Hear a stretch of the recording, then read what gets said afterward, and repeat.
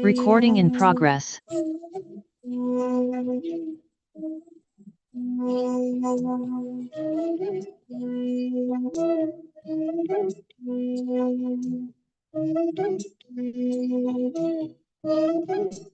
Bring your gratitude specifically to this moment that you are here, about to receive the darshan.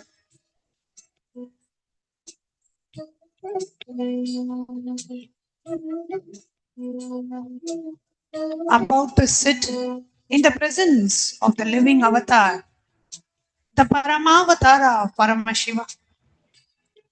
Do you understand what a rare privilege this is?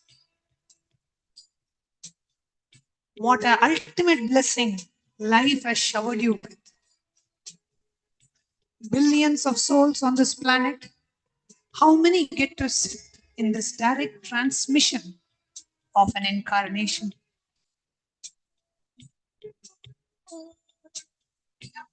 Feel how blessed you are to be having the live darshan of Paramashiva himself.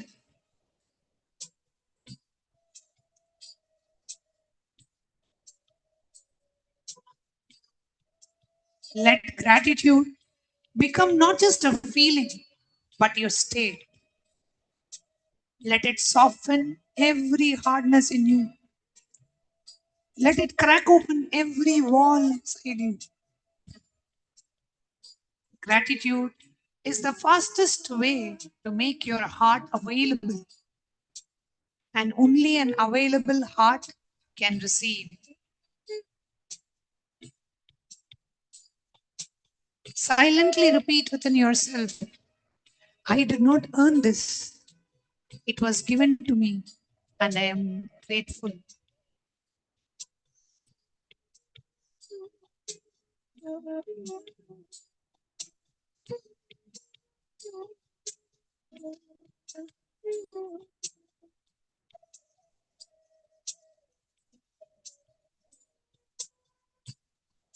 See very clearly how blessed you are to be sitting in the live darshan at the Paramavatara of Paramashiva, the ultimate incarnation of Bhagavan Paramashiva, giving you the live darshan and the live transmission, coming all the way from Mahakailasa, descending into a human body and being there just for you. Do you understand what a rarest of the rare privilege you have been showered with? Billions of souls on this planet. How many get to sit in this direct transmission of an incarnation?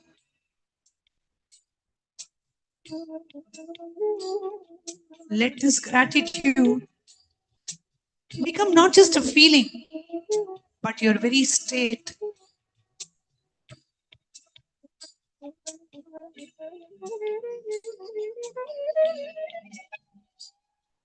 Silently repeat within yourself, I did not earn this. It was given, and I am grateful.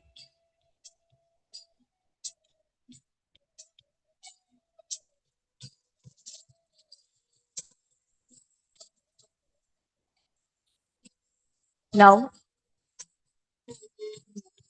just surrender everything at the feet of Swamiji. Surrender is not about giving up.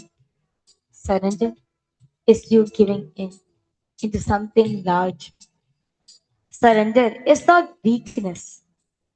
Surrender is the ultimate intelligence. It is recognizing that the drop cannot be carried by the ocean, but the ocean can easily carry on the drop.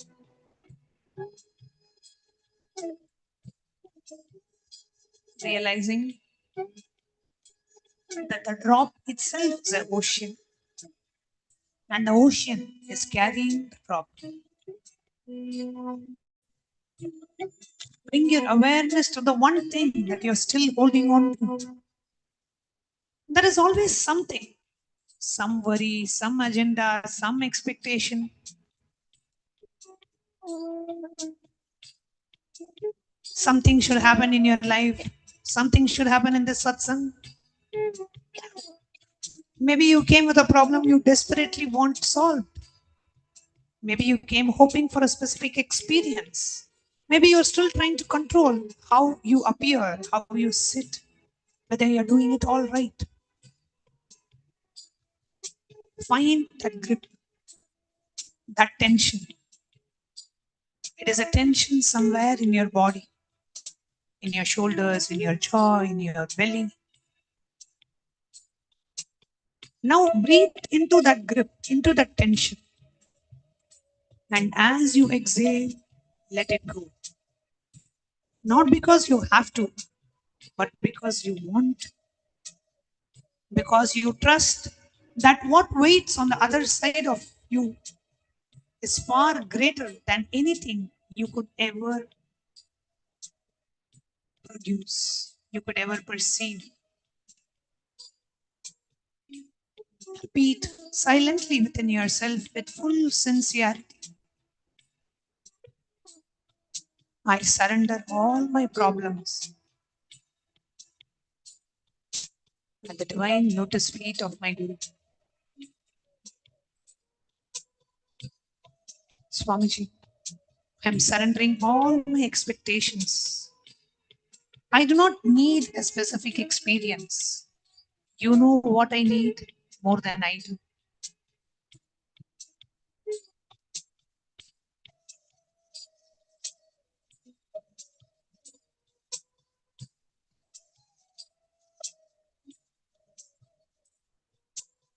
I surrender my identity. I do not need to be anyone right now. I am just the space. I am just the availability. I surrender, even my surrender. If I'm doing it wrong, Swamiji, you please correct it. If I am pretending, you see through it. I hold nothing back. Feel the weight lifting. Feel the burden of you being a doer dissolving. You are not responsible for making anything happen. You are only responsible for showing up. The master, Swamiji, the supreme pontiff of Hinduism, does the rest. The transmission does the rest. Paramashiva, Swamiji himself, does the rest. You are just an empty cup. And an empty cup does not struggle to be filled. It simply receives.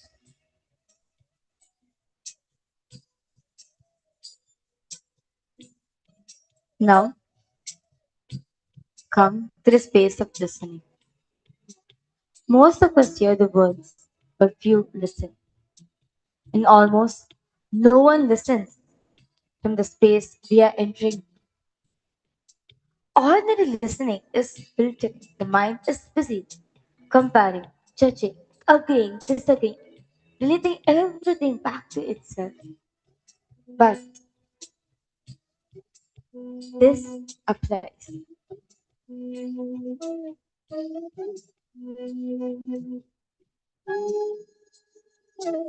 Relating everything to itself. Yes, this applies to me. Oh no, this is not relevant. Oh, I already know this. This is not listening. This is a mental noise dressed up as attention. True listening, the kind that transforms, is a complete suspension of the mental commentary.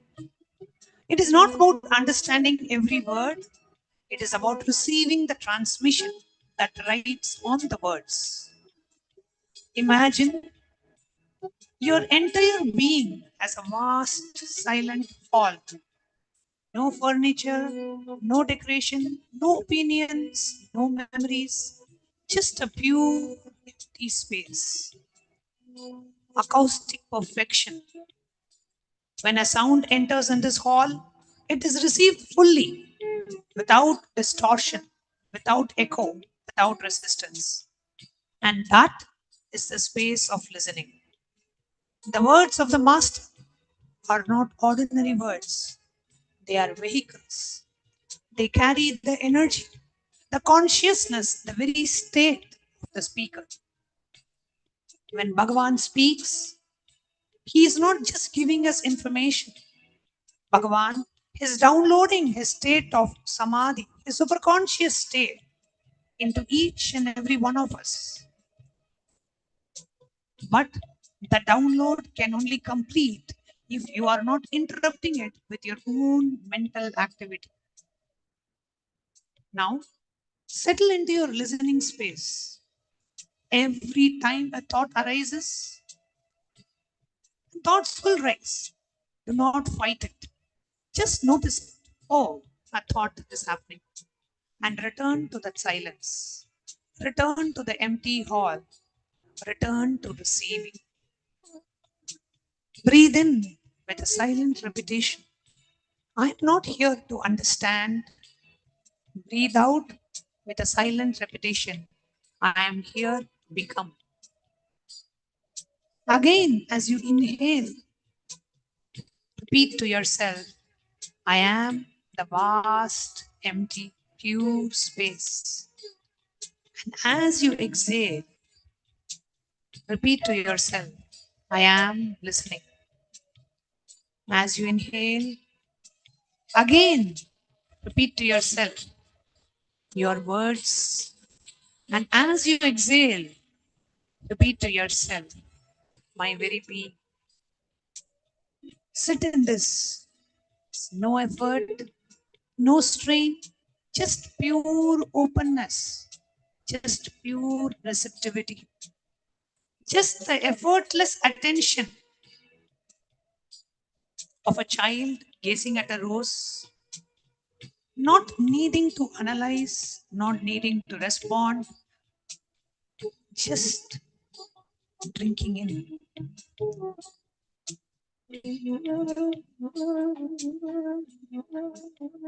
Now, bring awareness to the space around you, the room, the screen, the sound, people talking. Suddenly, everything at Swamiji's feet. You are part of the collective field of devotion. Every sincere heart apologies. Every sincere heart amplifies every other. We are now creating a global hub, a global collective consciousness of thousands of beings simultaneously surrendering. Thousands of beings sitting all over the world, ready to receive, ready to surrender. And the Supreme Pontiff of Hinduism, entangling with each and every being from all over the world, from every city, every continent, doing the quantum entanglement with thousands of beings simultaneously, spontaneously, synergetically. And you are a part of that quantum entanglement happening from the avatar itself. Just sit in the space of deep gratitude, knowing that you are in the quantum entanglement field of the avatar.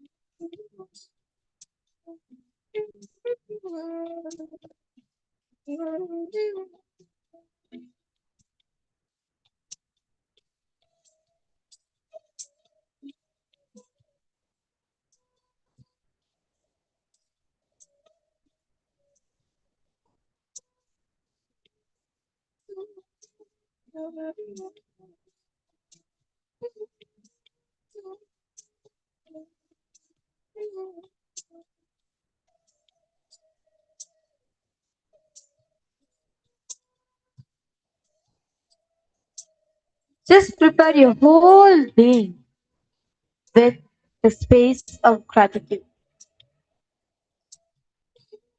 Come to the space of gratitude. Surrender yourself. Center yourself into the space of gratitude for every single thing that you have gotten in your life. For every single thing, be it your joy, your happiness, in every aspect, you ultimately being in the human form at the same time when Paramashivam has come down in a human form. The greatest of the greatest happening, rarest to see, of your gratitude at Swamiji's feet, for Swamiji coming down for all of us, showering his immense love and compassion on all of us. As Adi Shankaracharya very beautifully states in Viveka Chudamani, the three most rarest things on this planet, Manushyatva, Mumukshitva, and Mahapurusha Samshaya. The rarest of the rarest things in this universe is Manushyatva, having a human body. Mumukshutva, the seeking, being awakened in you. And Mahapurusha Samsaya, having the nearness of an enlightened being. Here, each and every one of us here, we are all so blessed to have the rarest of the rarest in this universe, a human body, a deep seeking, and the living presence of the Paramavatara of Paramashivam, the Purnavatara, the ultimate manifestation of Paramashivam, Bhagavan, offering our deepest gratitude at the divine lotus feet of our beloved Bhagavan. Be in the space of gratitude as you bring your awareness to all your three eyes. Let us get ready to receive the live darshan of the avatar. Connecting with the divine with your eyes closed is meditation. Connecting with the divine with your eyes open is darshan. Come, let us now move from meditation to darshan. Slowly, very slowly, please open your eyes.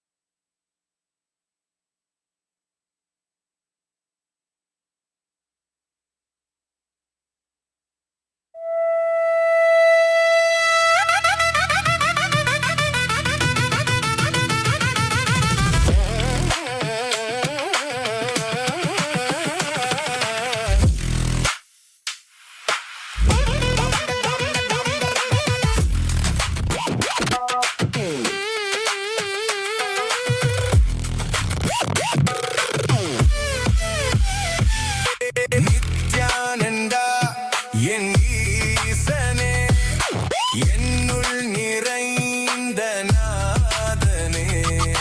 Nithyananda, உன் நாமமே என்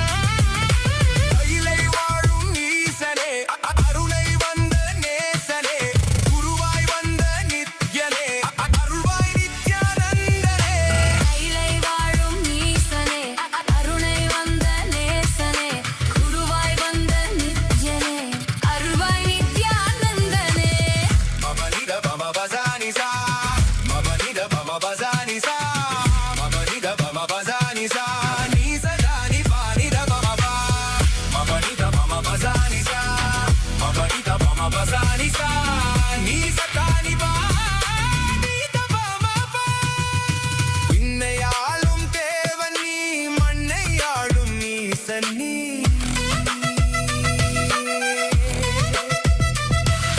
விண்ணையாளும் தேவன் நீ மண்ணை ஆளும் ஈசன் நீ அண்ணாமலை உன் தேகமே கைலை மலை உன் வாசமே ஏழு லோகம் உன் தேசமே நீயே எந்தன் சுவாசமே அருவான எந்தன் மூலவன் உருதாங்கி என்னை ஆள்பவன் உயிராகி என்னுள் வாழ்பவன் குருவாகி என்னை காப்பவன் நித்யானந்தா என் ஈசனே என்னுள் நிறைந்த நாதனே நித்யானந்தா உன் நாமமே நெஞ்சில் நிறைந்த வேதமே நித்யானந்தா உன்னையே என்னாலும் போற்றி பாடுவோம் அந்தம் இல்லாத நாதனே உந்தன் பாதம் பற்றுவோம் நித்யானந்தா என் ஈசனே என்னுள் நிறைந்த நாதனே Nithyananda Nithyananda, Kailas welcomes you all to the Nityotsava celebrations. Puja is where we mirror our brains with the powerful theological activity of the Supreme Pontiff of Hinduism, BHAGAVAN Sri Nithyananda Paramashivam, who is the ultimate manifestation of Paramashiva. Here, in this auspicious moment of space-time, through this puja, we will access the higher vertical time zones. Let us now offer our heartfelt gratitude and devotion to the Supreme Pontiff of Hinduism and all his deities in Kailasas around the world.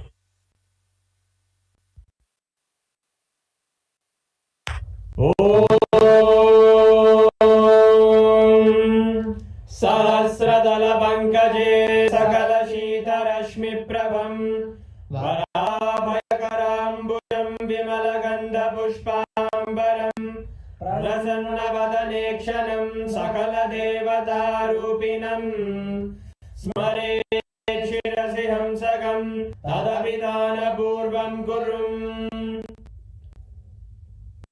अथ धूपः ॐ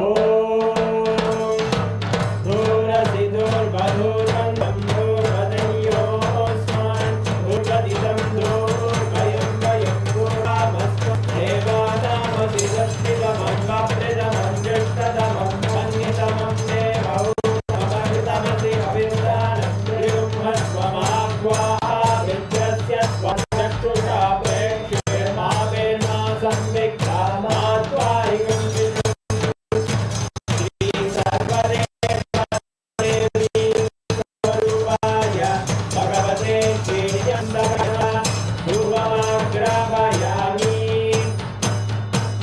अथ दीपः ॐ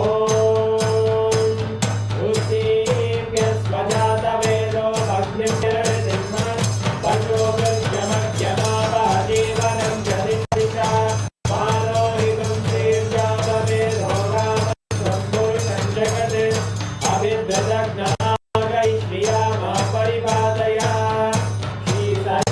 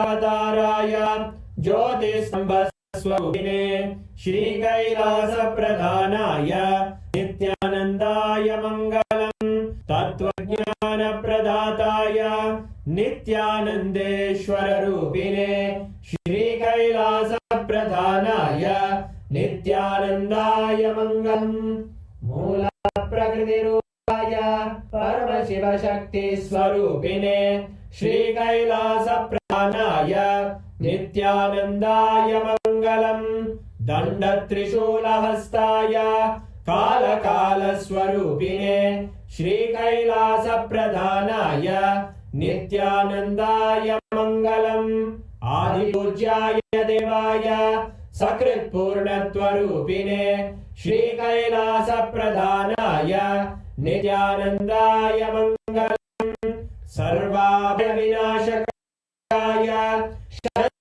शत्रुसंहाररूपिणे श्रीकैलासप्रधानाय नित्यानन्दाय मङ्गलम् योगभट्टाभिषिक्ताय राजसन्न्यासधारिणे श्रीकैलासप्रधानाय नित्यानन्दाय मङ्गलम् सार्वभौमैकपत्याय राजराजार्चिताय च श्रीकैलासप्रधानाय नित्यानन्दाय मङ्गलम् मङ्गलम् कल्पवृक्षाय मङ्गलम् ज्ञानदायिने परमशिवाय श्रीनित्यानन्देश्वराय मङ्गलम् मङ्गलम् श्रीविद्याम्बायै मङ्गलम् कामदायिने सर्वमङ्गलदात्रे नित्यानन्देश्वर्यै मङ्गलम् मङ्गलम् गुरुदेवाय मोक्षमूलाय मङ्गलम् परमावताराय नित्यानन्दाय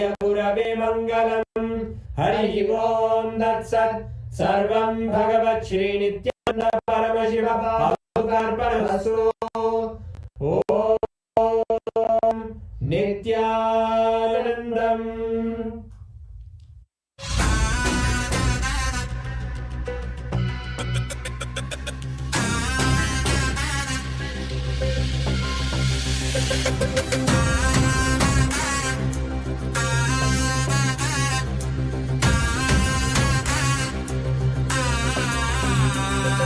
சிவாய நம உபாயம் தரும் விடாத வினை தொடாது விடும் சிவாய நம உபாயம் தரும் விடாத வினை தொடாது விடும் பற்றாய் நினைந்து பற்றும் எவருக்கும் பாதை காட்டுவாய் சிவனே நிம்மதி வாழ்வில் நித்தமும் தந்திட கைலை கொண்ட சிவனே சித்தர் பூமியை பக்தர் நெஞ்சினை சிவமயமாக்கும் நித்யானந்தனே கலியுகத்திலே மாயையாவையும் நீக்கிய அருளும் நித்யானந்தனே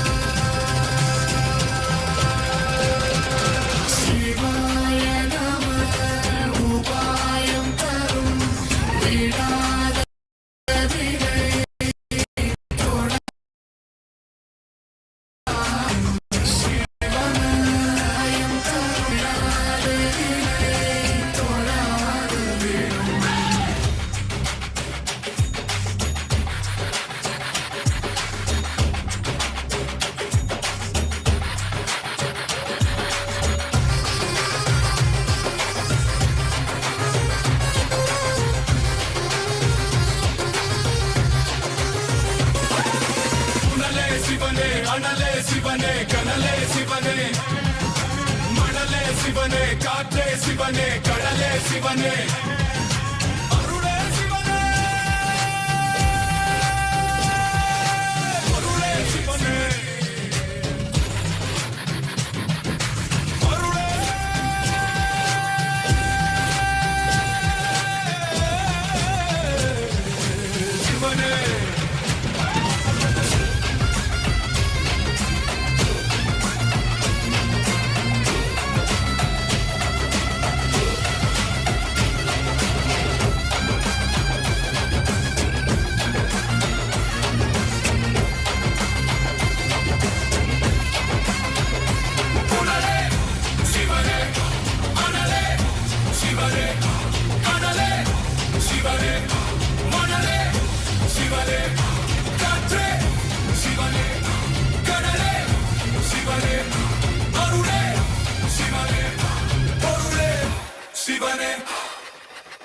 சிவாய நம உபாயம் தரும் விடாத வினை தொடாது விடும் சிவாய நம உபாயம் தரும் விடாத வினை தொடாது விடும்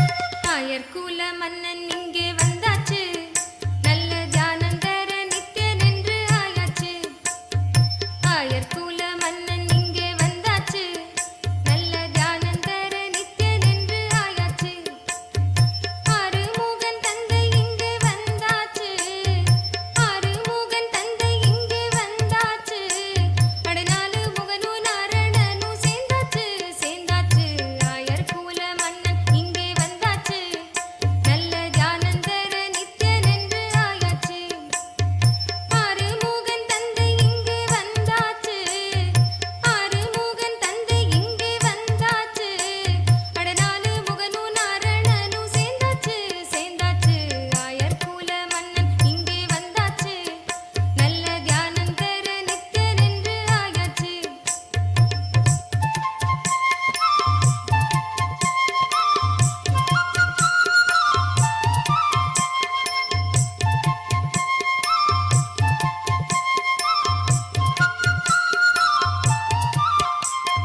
மூணு தெய்வம் ஒரு ரோவில் நின்னாச்சு அட மூணு தாயும் வந்து இங்கே ஒண்ணாச்சு மூணு தெய்வம் ஒரு ரோவில் நின்னாச்சு அட மூணு தாயும் வந்து இங்கே ஒண்ணாச்சு கொள்ளை அழகும் பிள்ளை மனமும் கொண்டாச்சு கொள்ளை அழகும் பிள்ளை மனமும் கொண்டாச்சு அட பேச்சி நீலே அமுதம் தன்னை உண்டாச்சு அட பேச்சி நீலே அமுதம் தன்னை உண்டாச்சு கண்ட நெஞ்சும் இன்பத்திலே பித்தாச்சு கண்ட நெஞ்சும் இன்பத்திலே பித்தாச்சு அடமூட மனம் கூட ஞான வித்தாச்சு வித்தாச்சு ஆயர்குல மன்னன் இங்கே வந்தாச்சு நல்ல தியானந்தர நித்யன் என்று ஆயாச்சு ஆறுமுகன் தந்தை இங்கே வந்தாச்சு ஆறுமுகன் தந்தை இங்கே வந்தாச்சு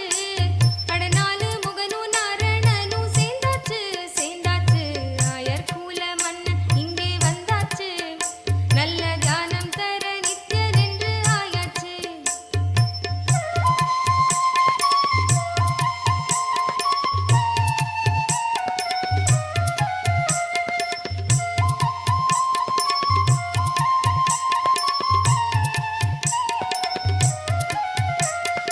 ஏகமின்று மாயையாலே ரெண்டாச்சு அட ஞானத்திலே மாயை எல்லாம் வென்றாச்சு ஏகமின்று மாயையாலே ரெண்டாச்சு அட ஞானத்திலே மாயை எல்லாம் வென்றாச்சு மூணு தமிழ் நாலு வேதம் உண்டாச்சு மூணு தமிழ் நாலு வேதம் உண்டாச்சு அட பாதம் பெற்ற வேதம் கடந்து நின்றாச்சு அட பாதம் பெற்ற வேதம் கடந்து நின்றாச்சு எட்டு திசையும் ஒன்று சேரக் கண்டாச்சு ஒன்பது ரத்தினமும் சிரிப்பு ஆயாச்சு பத்து பதிகம் நீயும் பாட கேட்டாச்சு பத்து பதிகம் நீயும் பாட கேட்டாச்சு ஆனந்தம் தேடி சொர்க்கபுரியும் நித்தியபுரிக்கு வந்தாச்சு ஆயர்குல மன்னன் இங்கே வந்தாச்சு நல்ல தியானந்தர நித்யன் என்று ஆயாச்சு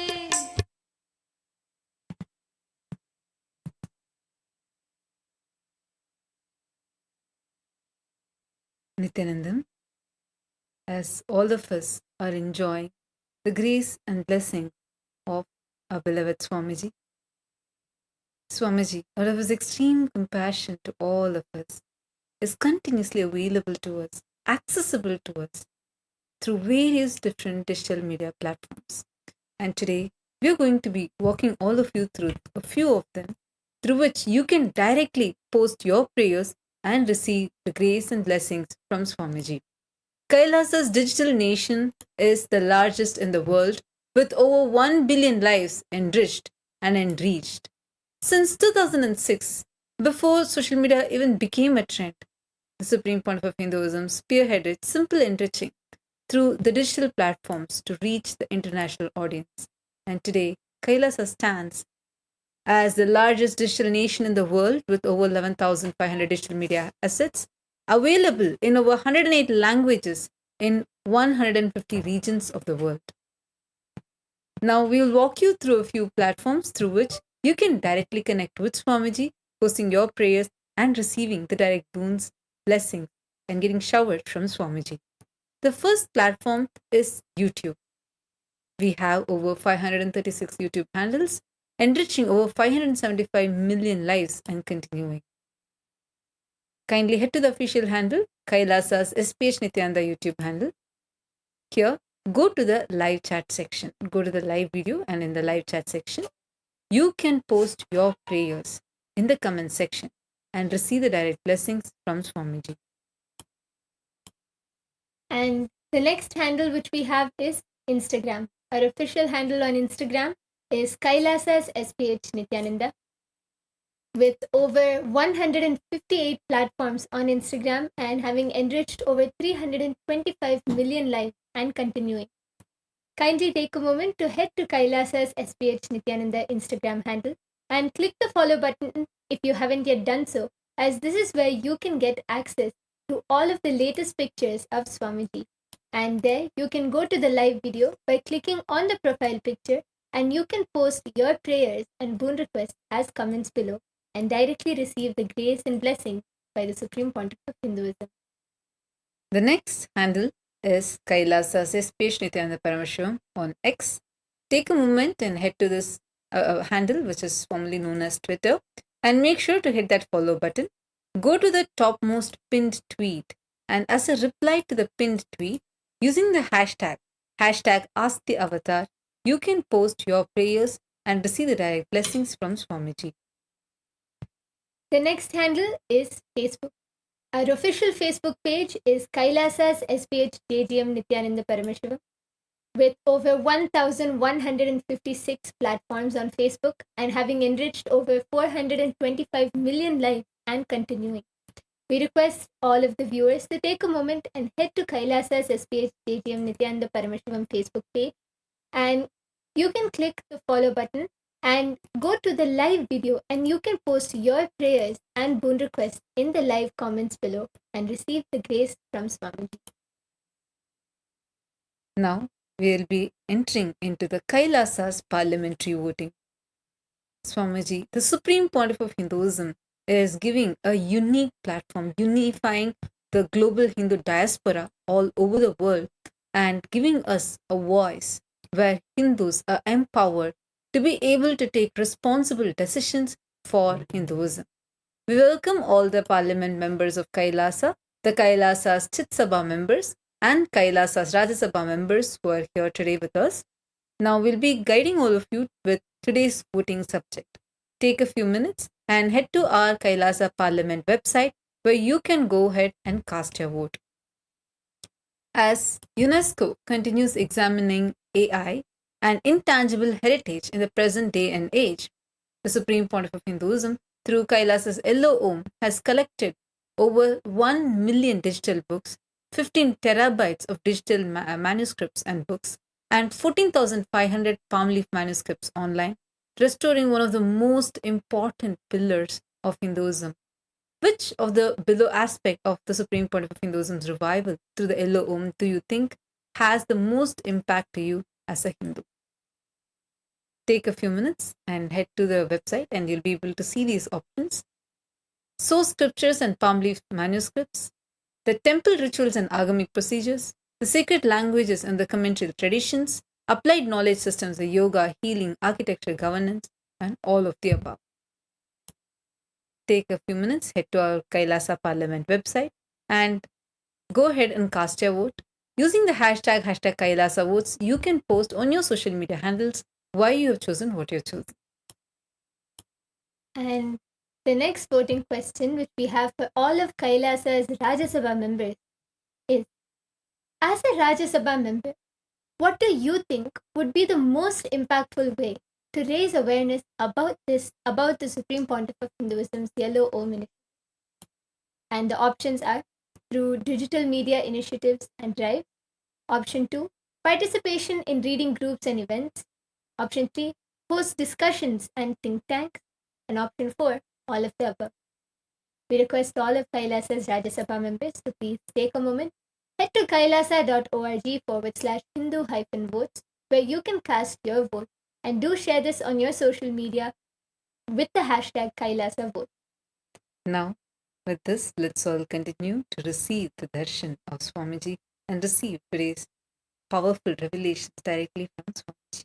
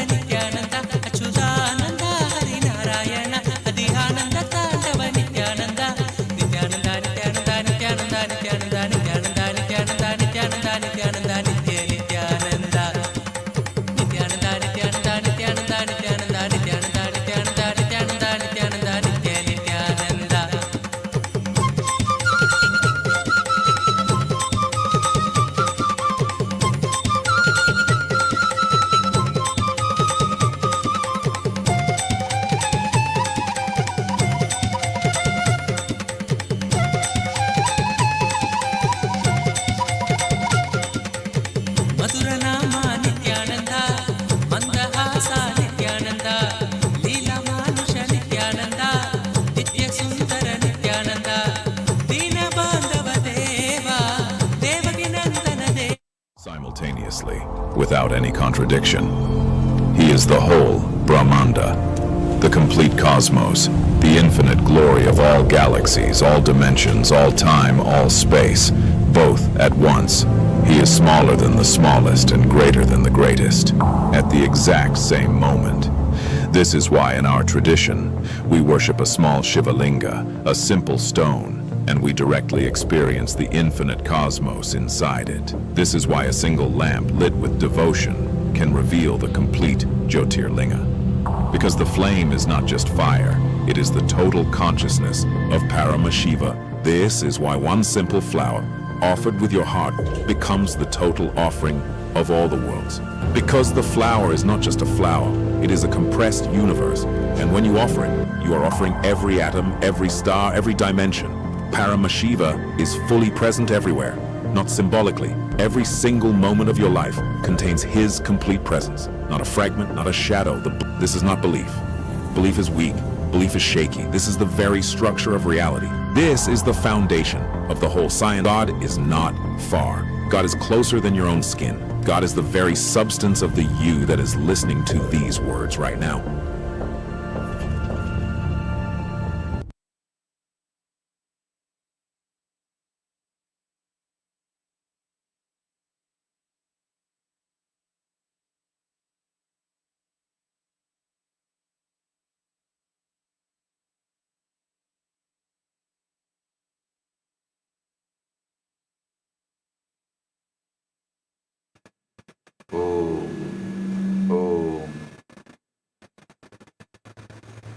As the ultimate manifestation of Paramashiva,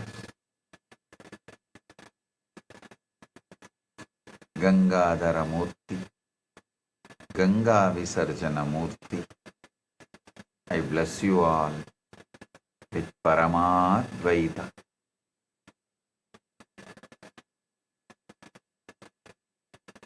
All the Paramashiva Sena participants in Kailasa Thiruvannamalai, Kailasa Guinea-Bissau,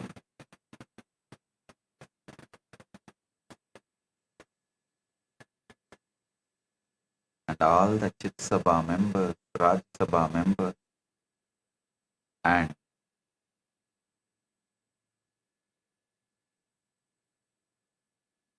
all the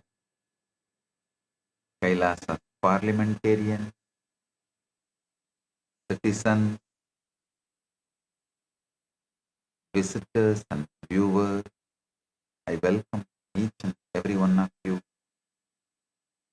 with my love and blessing.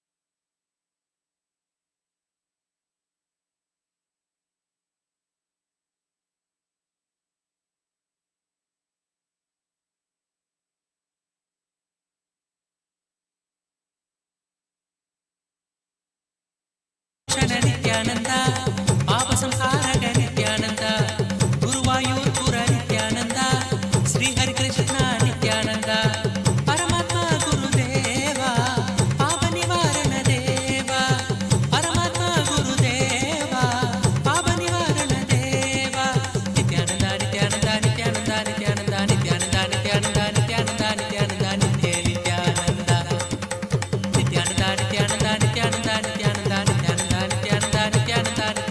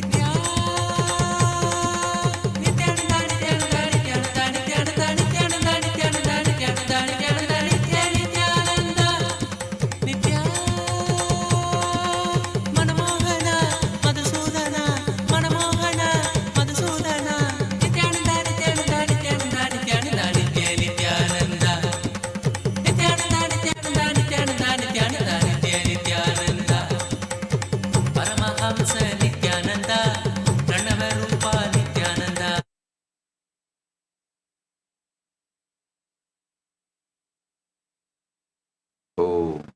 Om. Paramashiva, direct message from Maha Kailasa. Listen. I am giving you the most powerful truth first.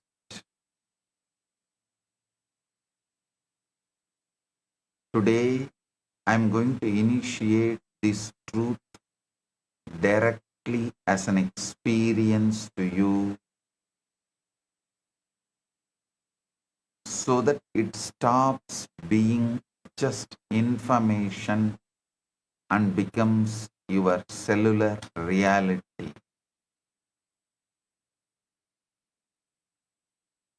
When I say the universe is holographic, what does it actually mean for you right now, in this very moment? It means the entire universe, which is Paramashiva himself, not part of him, not a symbol of him, but Paramashiva in his complete, undivided, undiminished, absolute totality is available to you in every single moment of your life exactly as he is. Listen.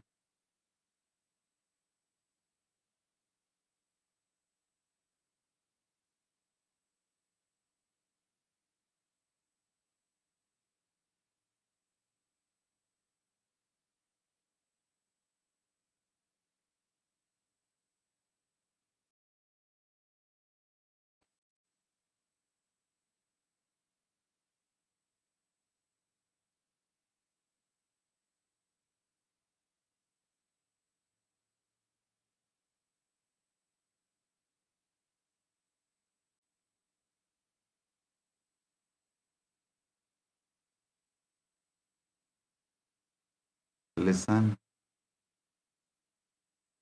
You do not need to do something special. You do not need to go to some special place.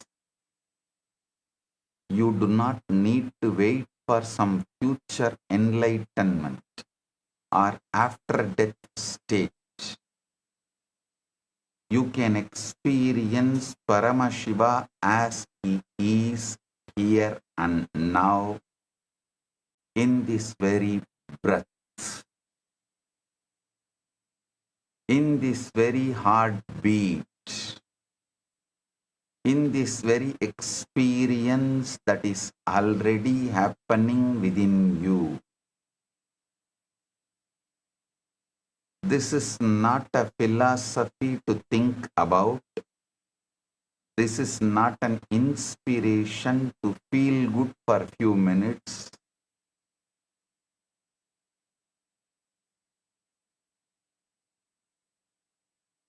This is the technical, specific, spiritual, real, ultimate reality of existence itself.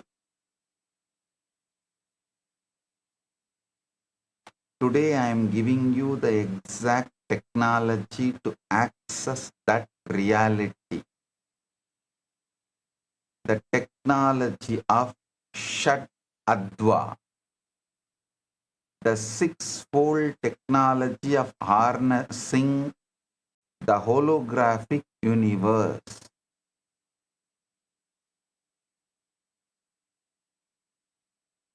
A small story. The king and the precious gem. A great king once summoned his minister and said, I have heard that there is a precious gem that can grant immortality. Go and find it for me.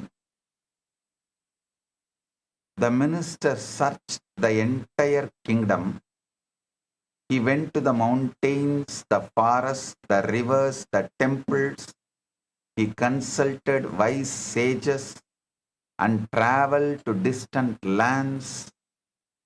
After many years, he returned empty-handed. The minister said, "Your Majesty, I have searched everywhere. I could not find the gem." The king sighed deeply. Just then, king's young daughter walked into the court. She was holding a beautiful gem in her hand, playing with it. She said, "Father, why are you so sad? Look at this beautiful stone I found in your own garden." The king looked at the gem.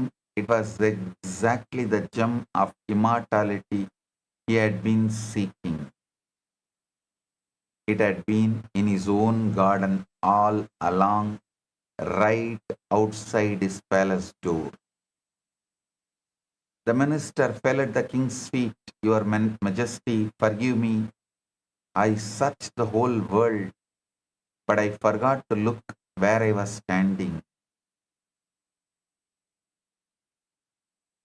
I searched for God everywhere, then realized he was hiding in plain sight, laughing at my GPS." Just as the king's gem was in his own garden,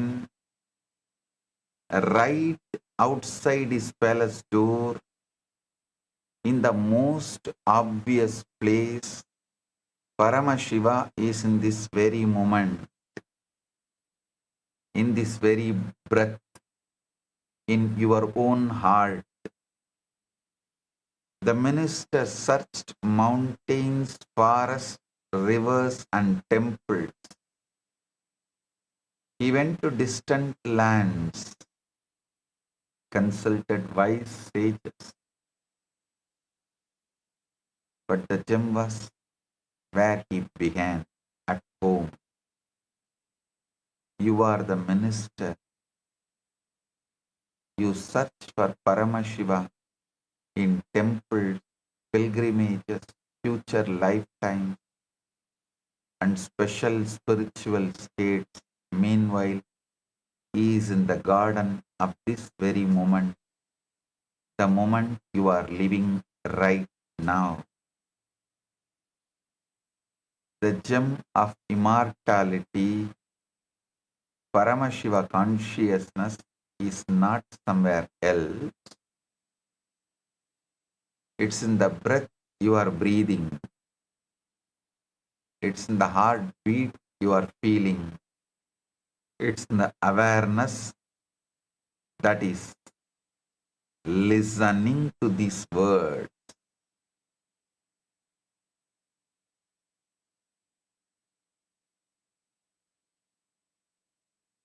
Paramashiva प्रत्येक क्षण में पूर्ण रूप से विद्यमान है तथा षट अत्व वह दिव्य तकनीक है जिसके द्वारा इन्हें प्रत्यक्ष रूप से साक्षात किया जा सकता है।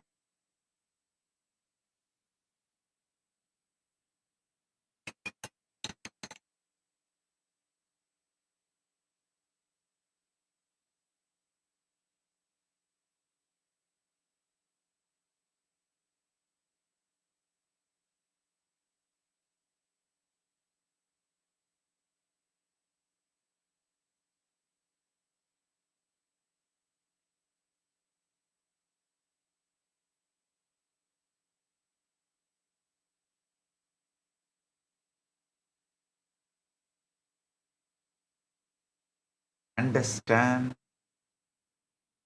the foundational revolutionary declaration of Sanatana Hindu Dharma. God is not just kept somewhere out there in the cosmos alone, distant and unreachable until after death, which is what so many other traditions teach. Our Sanatana Hindu Dharma declares something completely different, something infinitely more intimate.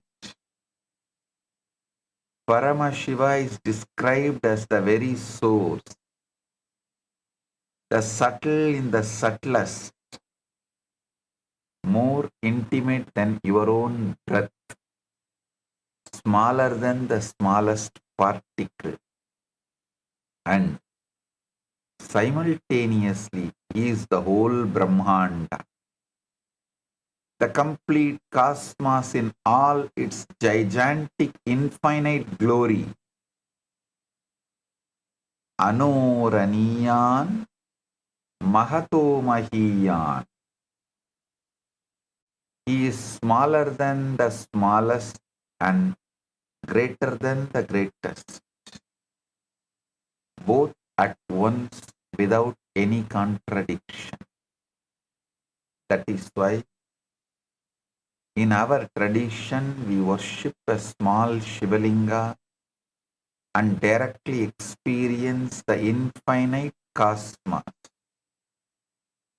This is why one single lamp can reveal the complete Jyotirlinga. This is why one simple flower offered with devotion becomes the total offering of all the worlds.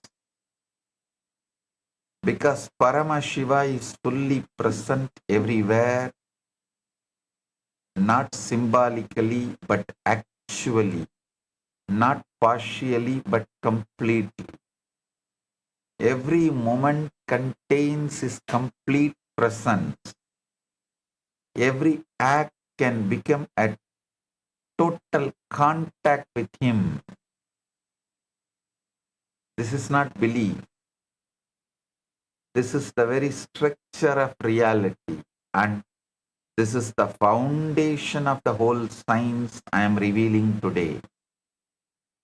Short story. There was once a humble sculptor who made beautiful idols for temples. He would take a simple stone and chisel away everything that was not the form of the God being revealed. One day, a wealthy man came to him and said, I want the most beautiful idol of Shiva. I'll pay you 1,000 gold coins. The sculptor began his work. He spent days studying the stone, meditating on Shiva, and carefully chiseling. After many weeks, the idol was complete. The wealthy man was astonished. He said, this is not just an idol. It feels alive. How did you create this? The sculptor bowed and said, I did not create the idol.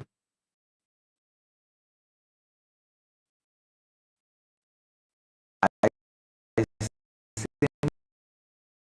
simply removed that was the stone. The wealthy man wept, and Shiva is everywhere. Sculptor said, not everywhere as a distant concept. Shiva is the stone, Shiva is the chisel, Shiva is my hands, Shiva is your eyes seeing this idol, Shiva is this moment. I just helped you to see what was always there.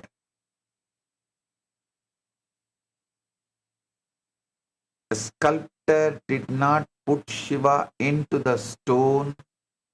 He removed what was hidden.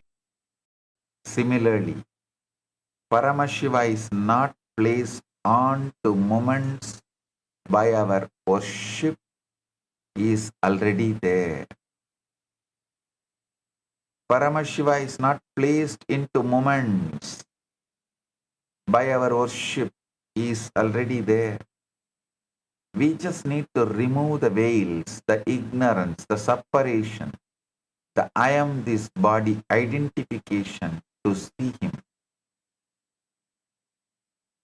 Continuously trying to control, manipulate.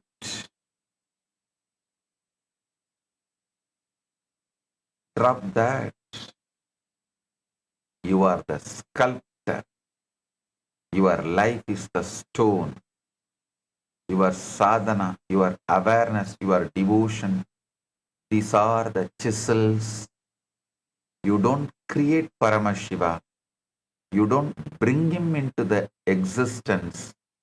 You simply think that is not him and he is revealed.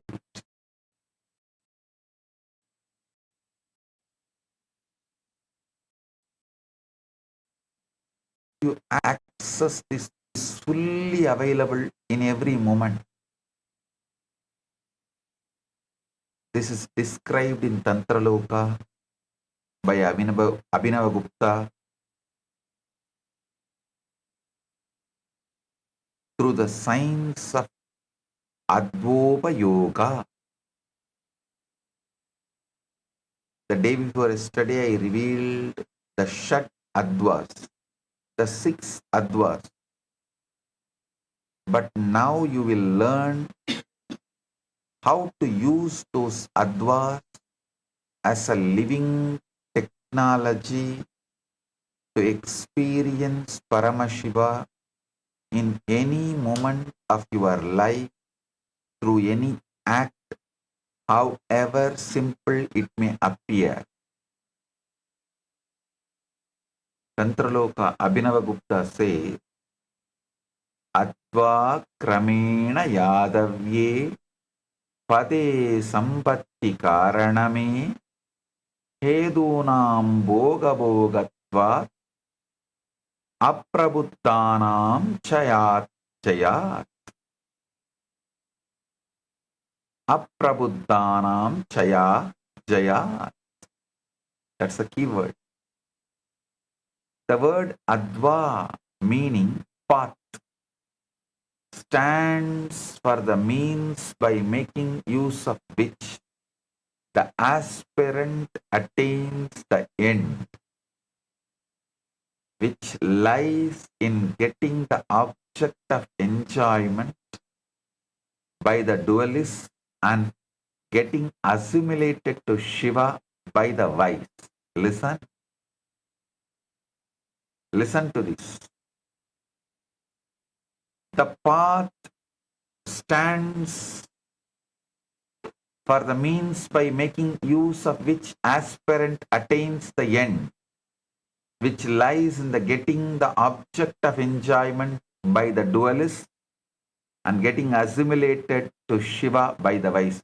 Actually, it means you can achieve either Dharmartha Kama or Moksha, anything you want. But the path is this. Tatra Kriya Shastram Yat Tasya Kalat Udiryate Varna Mantra Patashrayena Shadatva Samsrudame. That Adva is characterized as related with time, which reflects action. In this context, there emerge clearly 3 kinds of path depending on letter, mantra and word.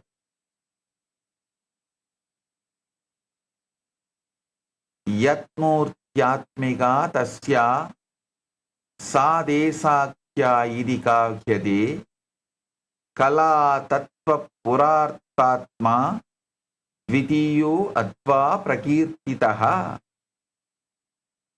That part of Advan which is characterized as spatial, which reflects form, while the other one reflecting time is considered as related to Kala Tattva, related to Kala. Listen, I'm repeating. That part of Adva, path, is characterized as spatial, which reflects form, while the other one reflecting time is considered as related to Kala, Tattva, and Pura. Edetriga abhibodena pratyegam stula sukshma paratvatah yato asti tesham samuhobi esha shat atva idi uchyate. Both these triads of path again are distinguished by features of grossness, subtleness, and transcendence. Thus, all paths taken together become of 6 kinds. Listen. Now I'll elaborately explain.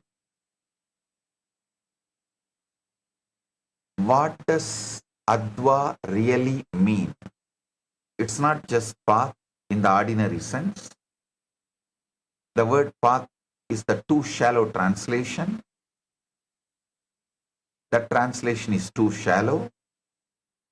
Adva means the dimensional spreads of consciousness,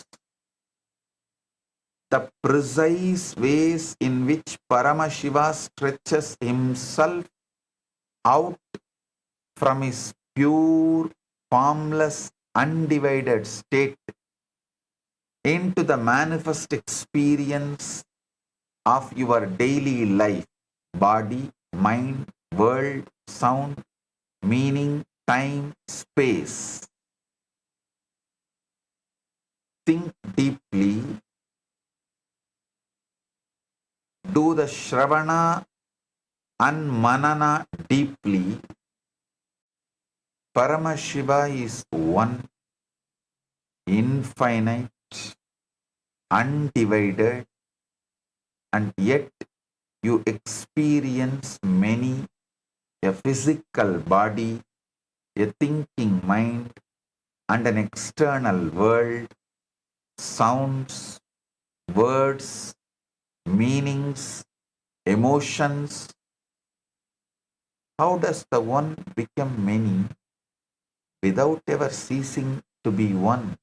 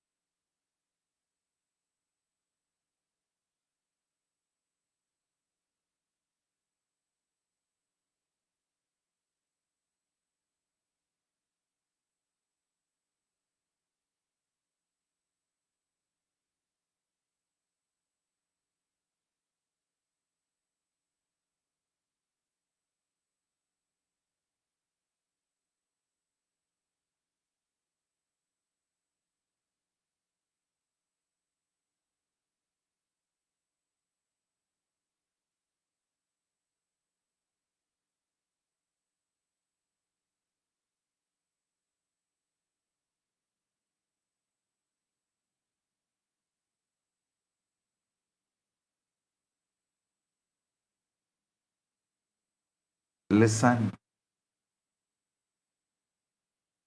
How does the one become many without ever ceasing to be one? Do the manana.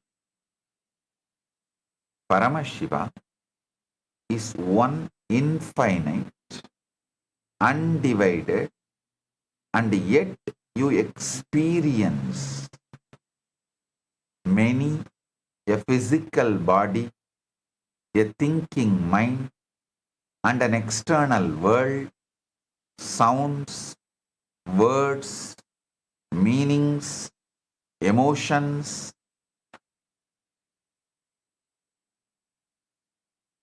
How does one become many without ever ceasing to be one? That is exactly what the science of Adva explains. Each Adva is one complete layer of how infinite encodes itself into the finite without losing its infinity. Advopayoga means using these very layers as a reverse engineering technology to decode any experience, any thought, any sensation, any act back to its source, which is Paramashiva. The 12th chapter in Tantraloka gives the exact scriptural authority when it declares the whole Adva is present in consciousness, in the body, in the prana, in the nadis, and in outer objects, and that the whole form appears everywhere.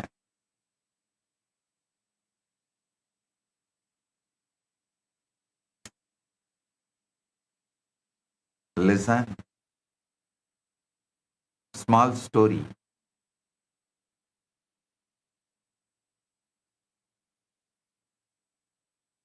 There was once a great weaver who could create the most magnificent tapestries. His tapestries were so beautiful that people said they were alive. The flowers bloomed, the birds sang, the rivers flowed, all within the cloth. A young apprentice came to him and said, "Master, how do you create such a living tapestry?" The weaver smiled and gave him a single thread. "First, understand this thread." He said, "Everything in the tapestry, the flowers, the birds, the river, the mountain, is made of this same thread. The thread is one, but it becomes many." The apprentice looked at the thread, but how does one thread become so many things? The weaver took the thread and began to weave. "Watch closely," he said. "The thread goes over and under. It changes direction. It makes loops. It tightens. It loosens. The same thread becomes the sky, the earth, the water, the fire, because of the patterns, the structures, the weaving. The thread is one. It never stops being thread. It is not diluted. When it becomes a flower, it is not diminished. When it becomes a bird, the thread is fully thread in every part of the tapestry.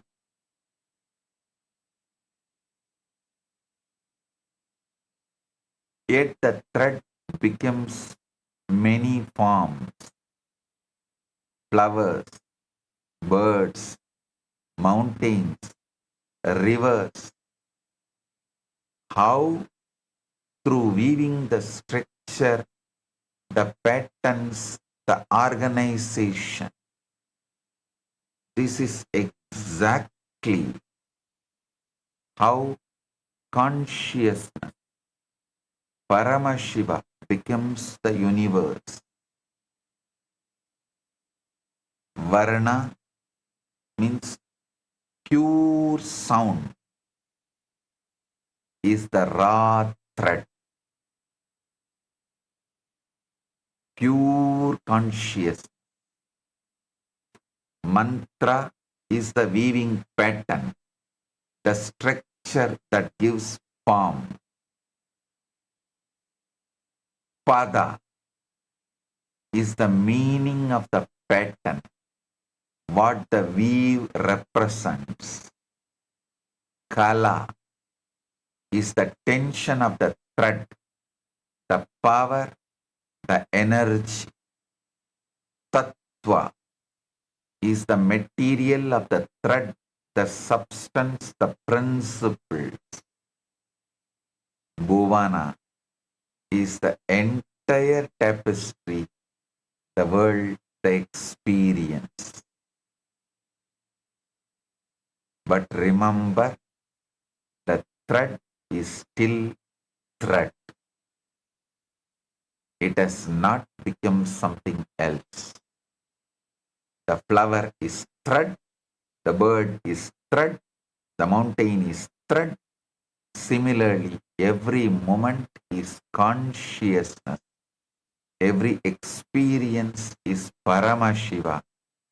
Forms change, but the substance remains the same.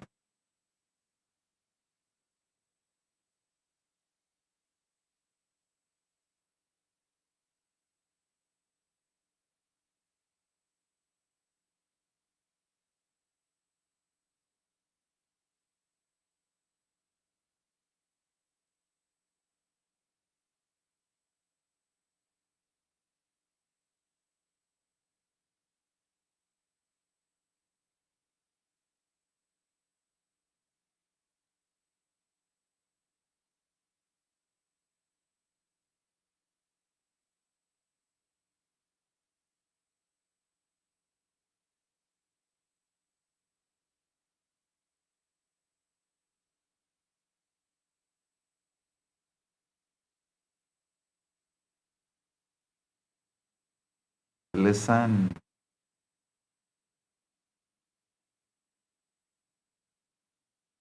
Listen intensely.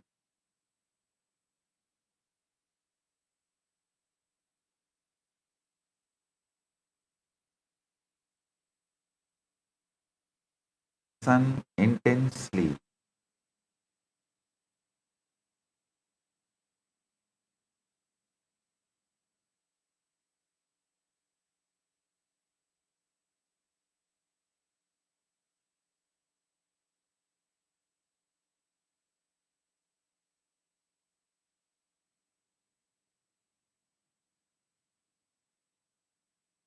Listen intensely. There are exactly 6 advas divided into two sides that cover the entirety of existence. Vachaka side, subjective. Sound side, Vachya side, objective. Manifestation side.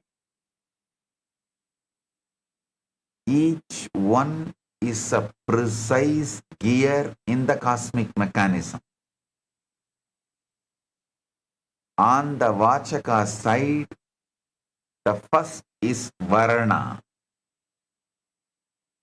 the individual letters,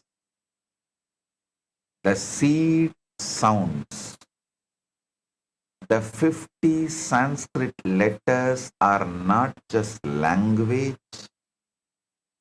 they are the 50 living Shaktis of Paramashiva.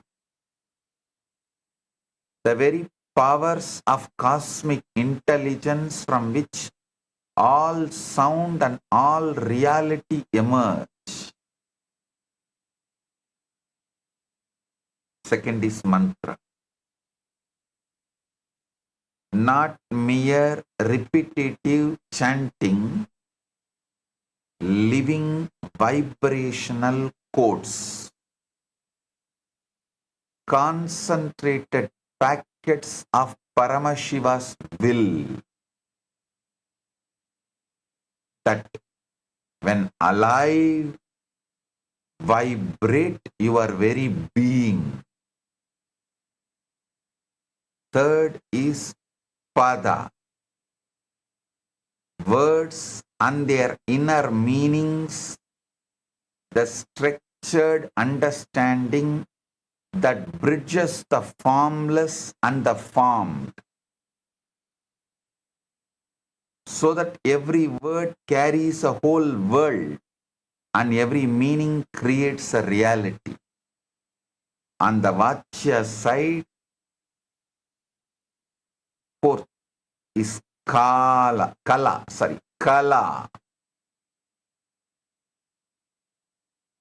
The power bands, the energy capacity that determines how much Shakti flows through any given moment. Fifth is Tattva, the building blocks, the 36 principles of pure Shiva down to earth element, so that every experience you have is literally built from these tattvas, each tattva being Paramashiva expressing as a specific principle. Sixth is Bhuvana, the worlds, the experiential fields, the 118 Bhuvanas, ranging from physical dimensions to the highest cosmic dimensions. And your current world contains within its very structure the intelligence of all the worlds. These Advas are of three types. Shuddha Adva, realm of Shiva, pure light. Shuddha Ashuddha Adva, realm of limitation and time. Ashuddha Adva, realm of mind, senses and matter. Now the crucial life-changing understanding. All six Advas are present simultaneously, spontaneously, synergetically, in every single experience you have. Right now, this moment as a bhuvana, the space you are in, your inner state, a tattva, your body, senses, mind, time, active now, a kala, the level of Shakti you are operating with, a pada, the meaning you assign to this moment, a mantra, the inner sentence repeating in your mind, a varna, the raw seed feeling underneath everything.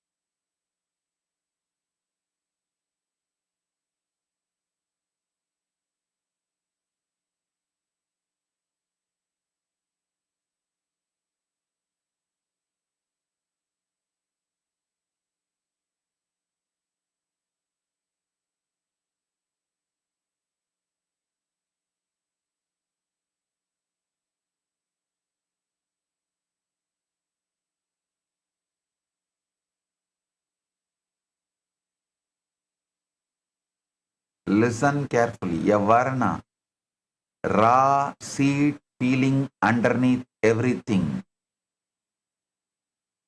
In every one of these layers, Paramashiva is fully encoded.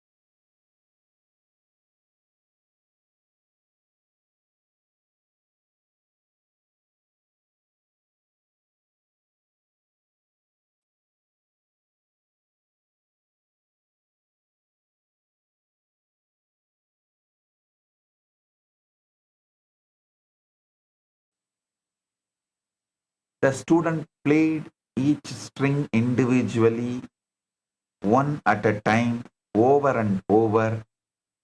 The sound was good, but something was missing. The musician said, "Now play them all together in harmony." The student tried, but the music was chaotic and discordant. Musician took the instrument and said, "Watch closely." He placed his fingers on all 6 strings, not to stop them, but to guide them. He strummed, and the most harmonious celestial music filled the hall. The student asked, "How did you do that?" "I could only make one sound at a time." The musician smiled. "You were thinking of the string as separate. I know they're all part of one instrument, and I am playing the instrument, not the strings. The strings play together because I am one with the instrument." A beginner thinks, "I must master each string separately." But the master knows strings are not separate, they are one instrument. Similarly, the beginner thinks, "I must understand Varna, then Mantra, then Pada, then Kala, then Tattva, then Bhuvana separately." No,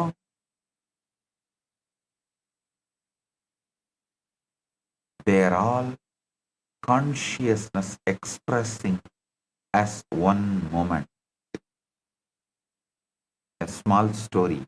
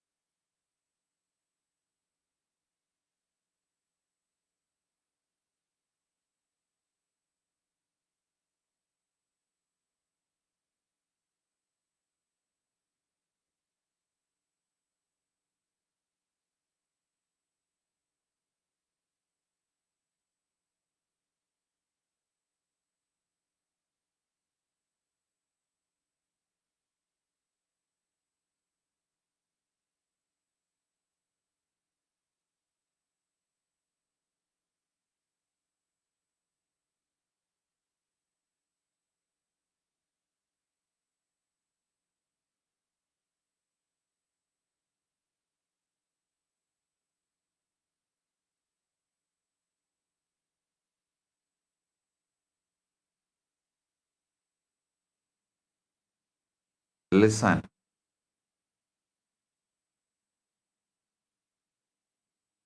A small story. A young boy once planted a small seed in the ground. He watered it daily and watched it grow. After many years, it became a huge tree with thousands of branches, millions of leaves, and countless fruits. One day, an old sage came and sat under the tree. The boy asked, "Sir, this tree is so big. How did such a big tree come from such a small seed?" The sage smiled and said, "The tree was always in the seed. The seed did not create the tree. It just unfolded what was already there. Every branch, every leaf, every fruit was already encoded in the seed's intelligence. The seed is small, but what it contains is infinite." The boy understood. So the seed is not just the beginning. It is the whole tree in compressed form, causal form. The seed is small, but within that tiny seed is the entire tree. The roots, the trunk, the branches, the leaves, the flowers, the fruits, it's all there, compressed, waiting to unfold.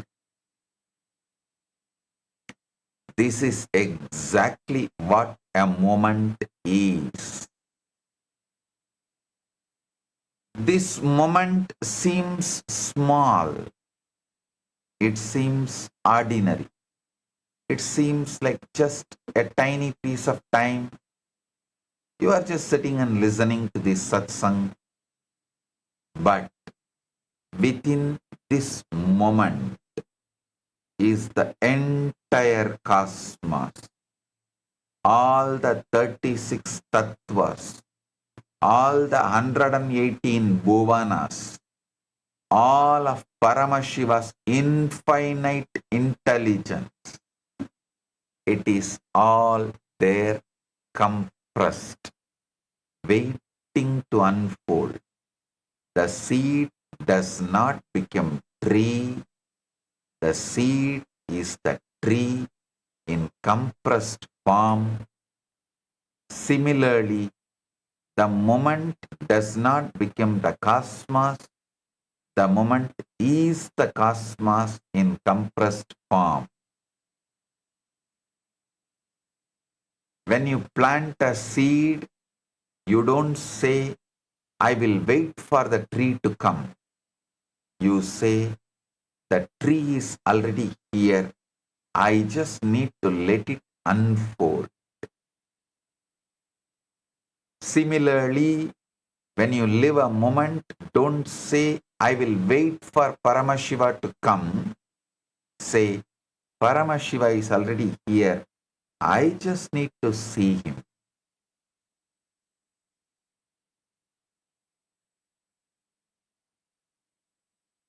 I am expanding the same core truth from Advik angle,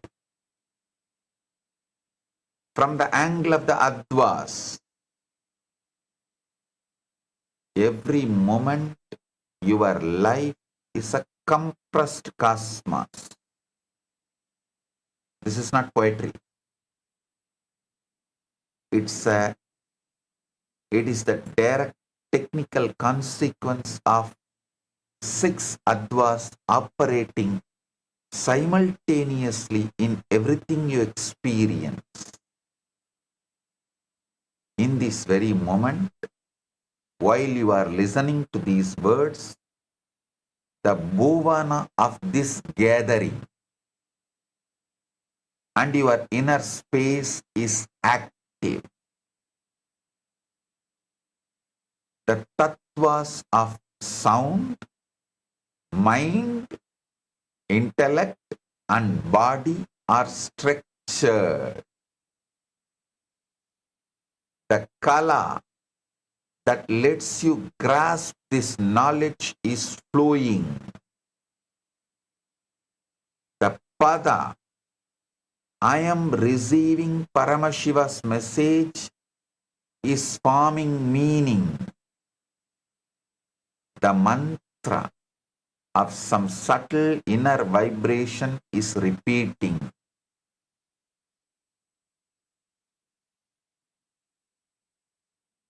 The varna of pure consciousness is the base.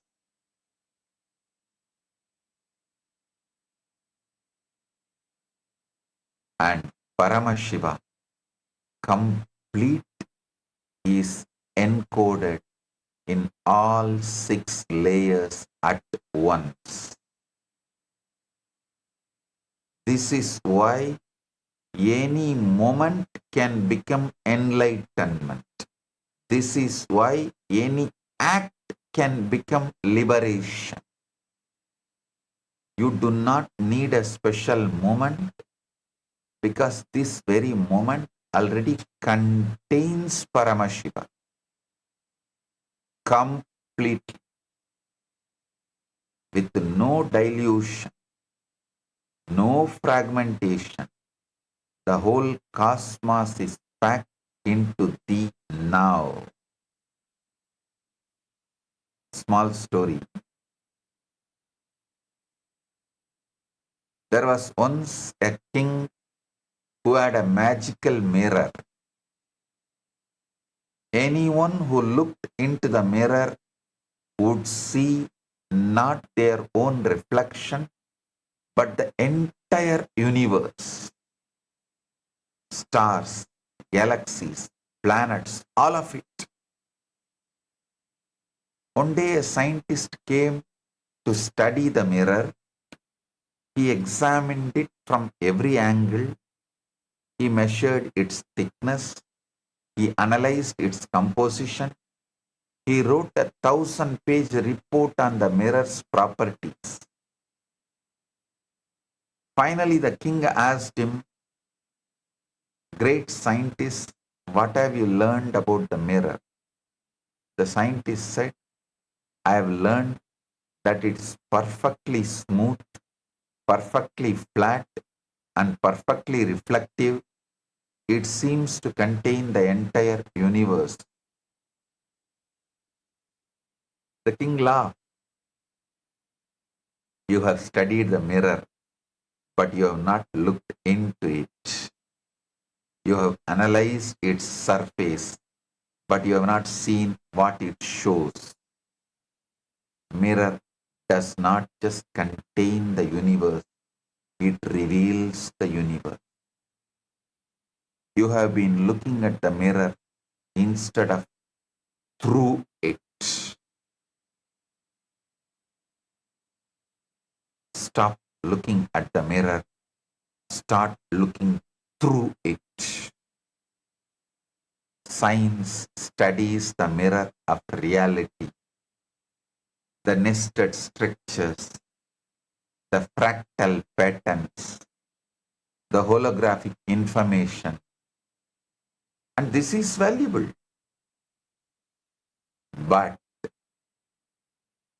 we give you, rishis give you the person behind the pattern. We give you the consciousness behind the information. We give you Paramashivam, the reflection, not just the mirror. Don't get lost in studying the mechanics of reality. The mechanics point to the mechanic. The mechanics point to the mechanic. The mirror points to the reflection. This moment points to Paramashiva. Look through the moment. Don't just look at it, look through it.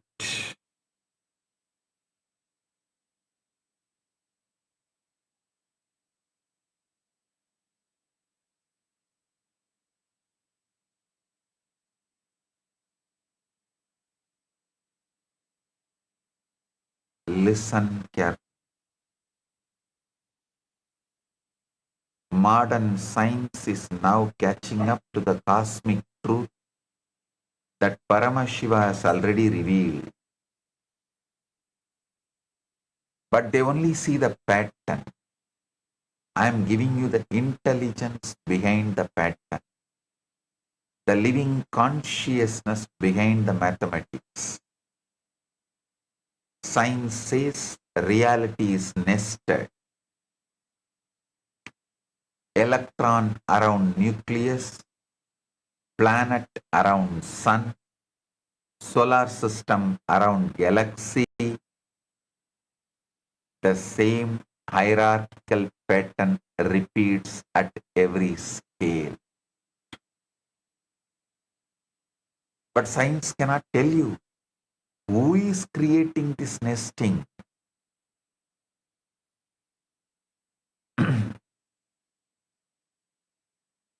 Rishis clearly declare this is Paramashiva's cosmic geometry.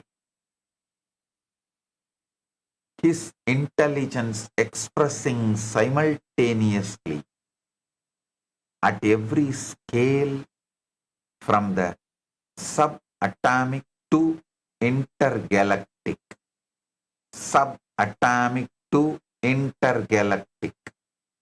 Anur Aniyan Mahato Mahiyan. Science says reality is fractal. The same structural patterns repeat across the scales. Your DNA spiral mirrors the spiral of galaxies. Your heartbeat mirrors the cosmic pulsation. Your breath mirrors the universal expansion and contraction. They call this self-similarity, but I call it Paramashiva's signature written across all of existence, Pindanda to Brahmanda, so that wherever you look, you see his form. Science says universe is holographic. Every small piece contains the information of the whole image. They cannot tell you what this actually means for your life.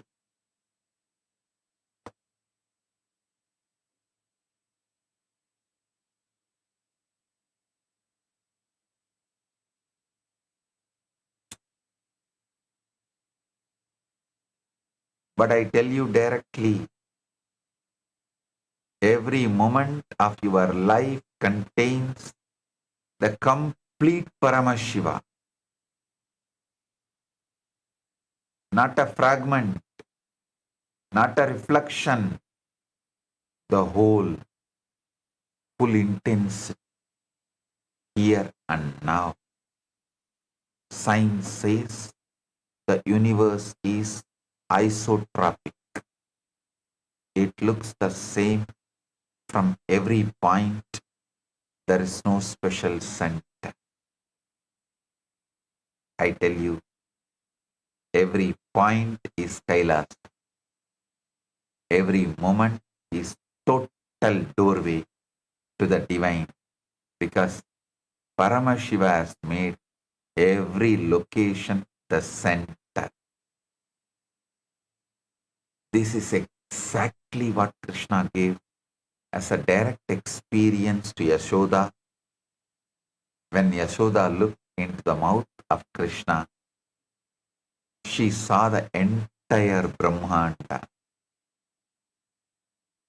the whole universe, multiple galaxies, and parallel universe of seeing one more Yashoda inside the mouth of Krishna, seeing the Brahmanda.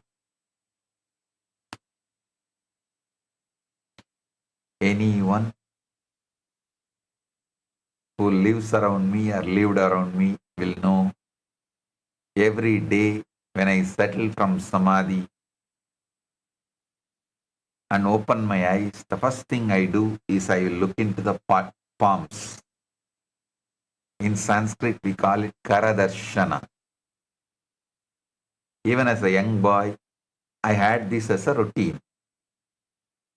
The first thing I do as soon as I wake up is I'll first have darshan of Arunachala. I'll not open my eyes till then. As soon as I see Arunachala, I look into my palms. Once one of my cousin sisters had come to stay in our house and for some festival, some Tiruvizha, celebrations, what was happening in the temple. She was so curious about what I was seeing on my palms. She used to keep asking, Swami, show me also. What is there in your palms that you keep seeing? So one day, when I was looking into my palms, she came and stood next to me.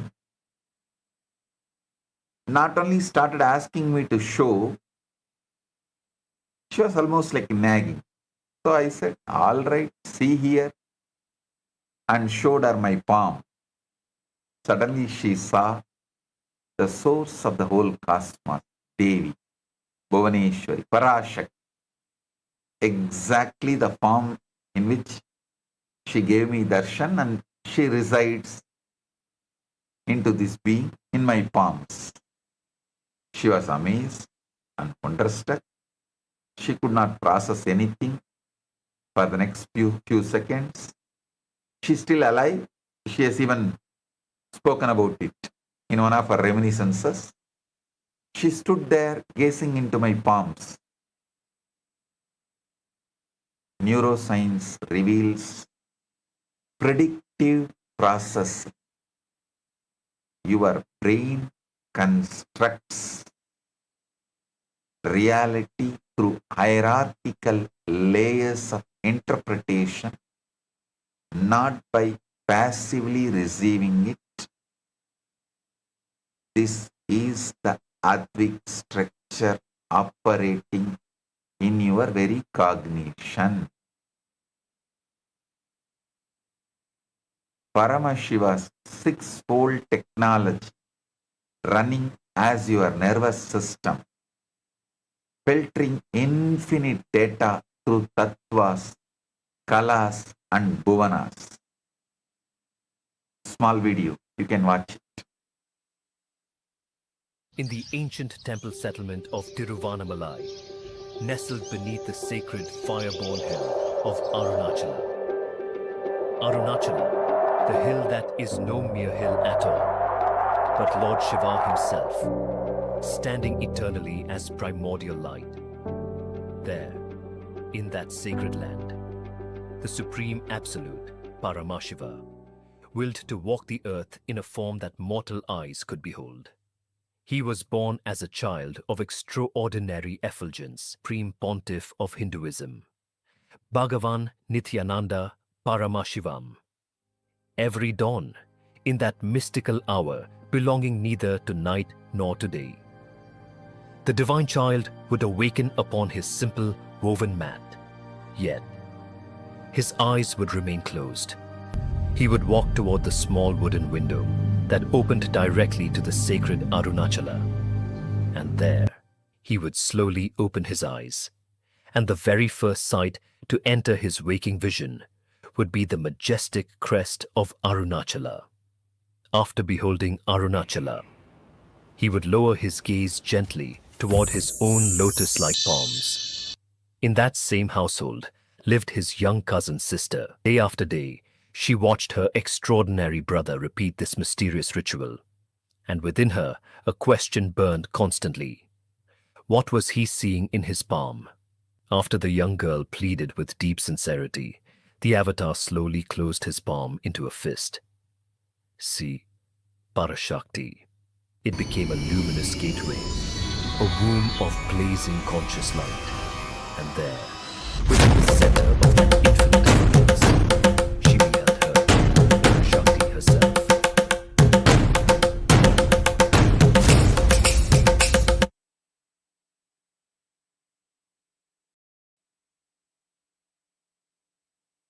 And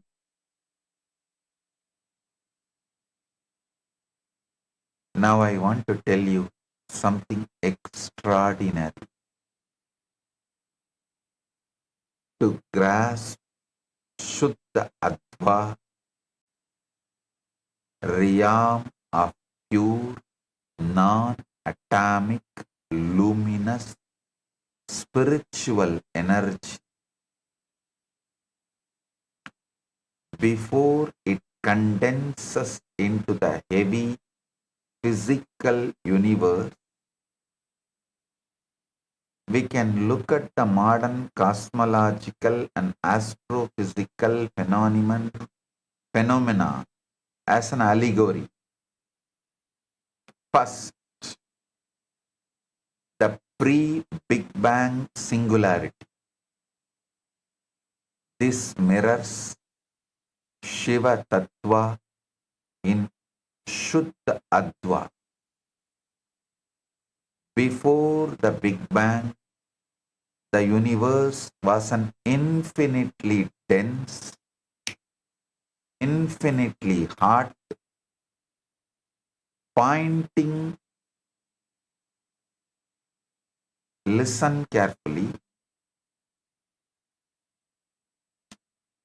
before the Big Bang, the universe was an infinitely dense, infinitely hot, point containing all the potential matter, energy, time, and space completely unified.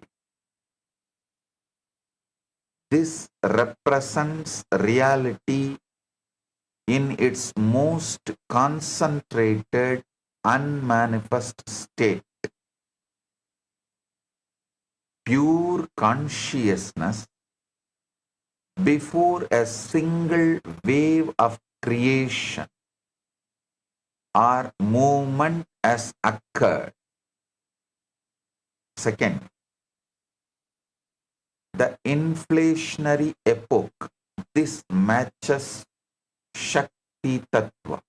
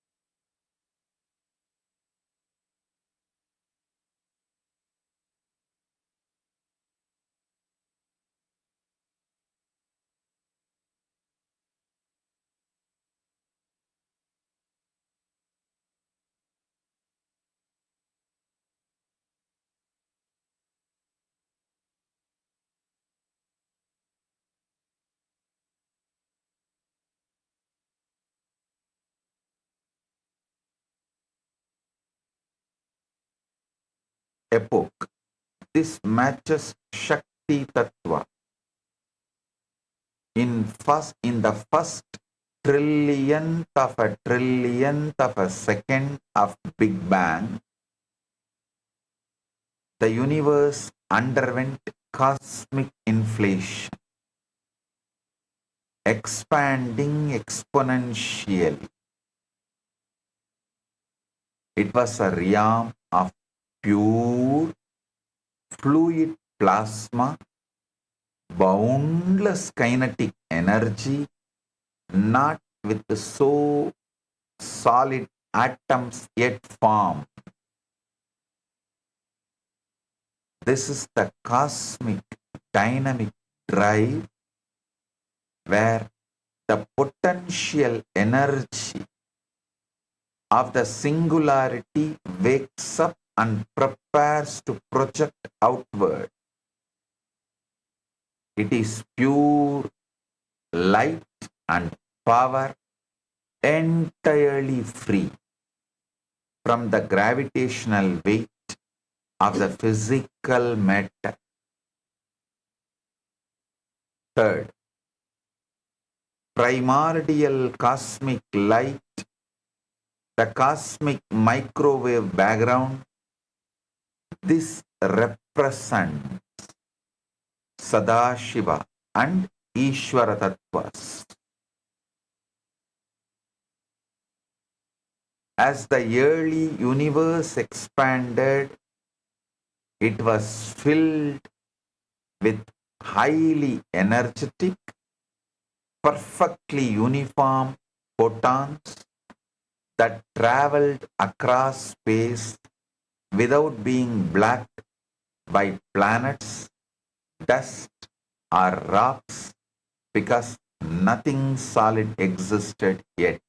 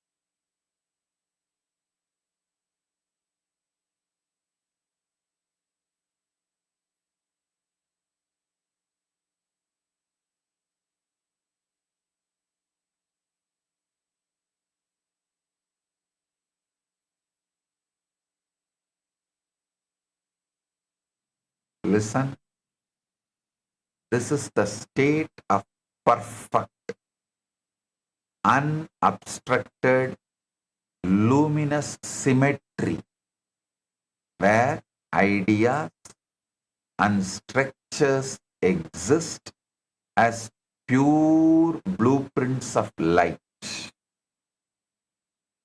Before they are pulled down into friction, darkness, and chaotic gravity of the physical and elemental universe of Ashuddha Adva.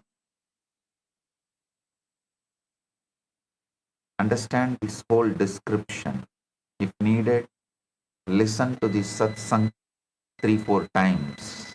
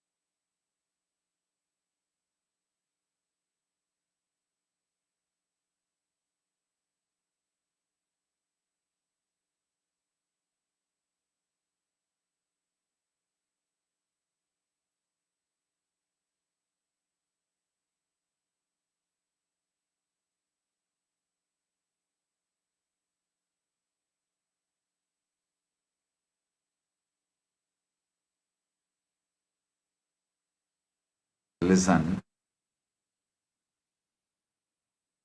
a small story. Man was dying of thirst in the middle of the desert. He stumbled upon a small pool of water.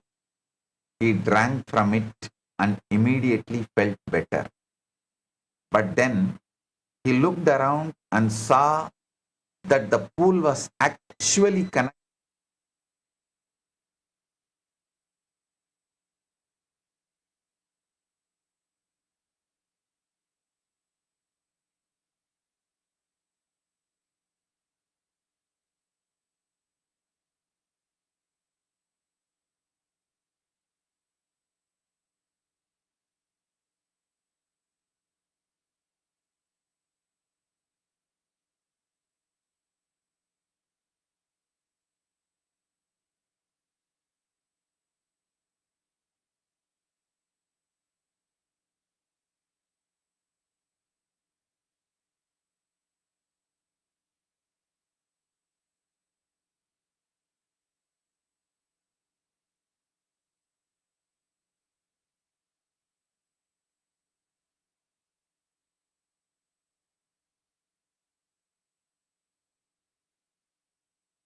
Listen,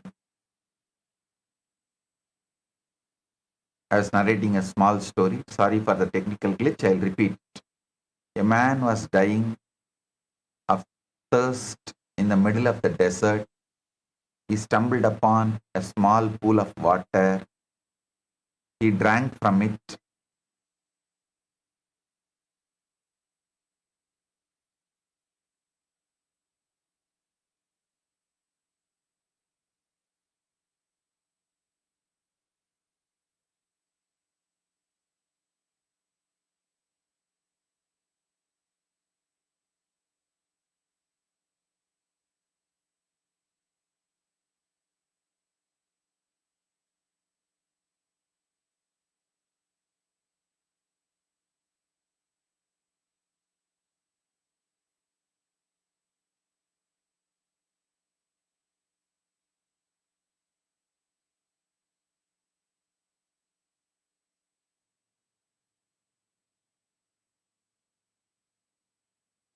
Listen, a man was dying of thirst in the middle of the desert. He stumbled upon a small pool of water. He drank from it and immediately felt better.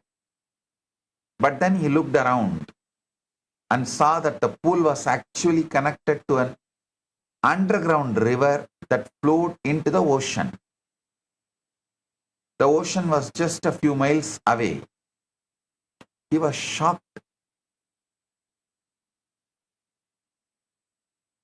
I was dying of thirst in the desert and the ocean was just few miles away. If only I had known, I would not have suffered so much. You are the thirsty man. The desert is the material world where you feel dry, empty and separate. Ocean is Paramashiva, infinite, everywhere, always available. But you have been drinking from small pools, tiny moments of happiness, brief pleasures, temporary satisfactions. You don't realize that you are standing on top of a massive underground river that flows directly into the infinite ocean of consciousness. The ocean is available right now, right beneath your feet. You don't need to cross the desert. You don't need to find the ocean. The ocean is already underneath you. The ocean is already underneath you. It's already flowing through you. You just need to dig. The advas are the digging. The help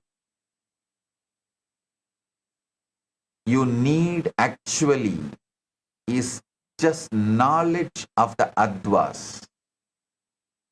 They help you break through the sand of ignorance and reach the water of Paramashivam. I return again to the fundamental truth. Look at what modern science reveals. A nested, fractal, holographic, isotropic reality where every part contains the whole and every point is equally the center. This is exactly what I have been telling you from the beginning. Paramashiva in his complete undivided form is available in every moment. Not some piece of him, not a diluted version, the full, blazing, all-pervading consciousness right here, right now. So the question has never been whether he is available. He is available. He has always been available. He cannot be not available because he is the very substance of all that is. The question is whether you have the technology to access that availability or not. That's all. That technology is Shat Adva. And the bandwidth where it works most directly is Shuddha Adva. Now understand the complete structural map that explains liberation. Total reality consists of 36 tattvas organized across 3 realms. Shuddha Adva, 5 pure tattvas. Realm of Shiva, pure light. Shuddha Ashuddha Adva, 7 mixed tattvas. Realm of limitation and time. Ashuddha Adva, 24 pure tattvas. Realm of mind, senses and matter. The lower 31 tattvas, 24 impure plus 7 mixed. These are the layered knots of body, senses, time, karma, limitation and ignorance that keep the soul rotating in bondage. I'll be expanding in further satsangs in detail about these 3 types of advas and 36 tattvas. Now understand, transcending them is the process of moving into permanent Shuddha Tattva consciousness.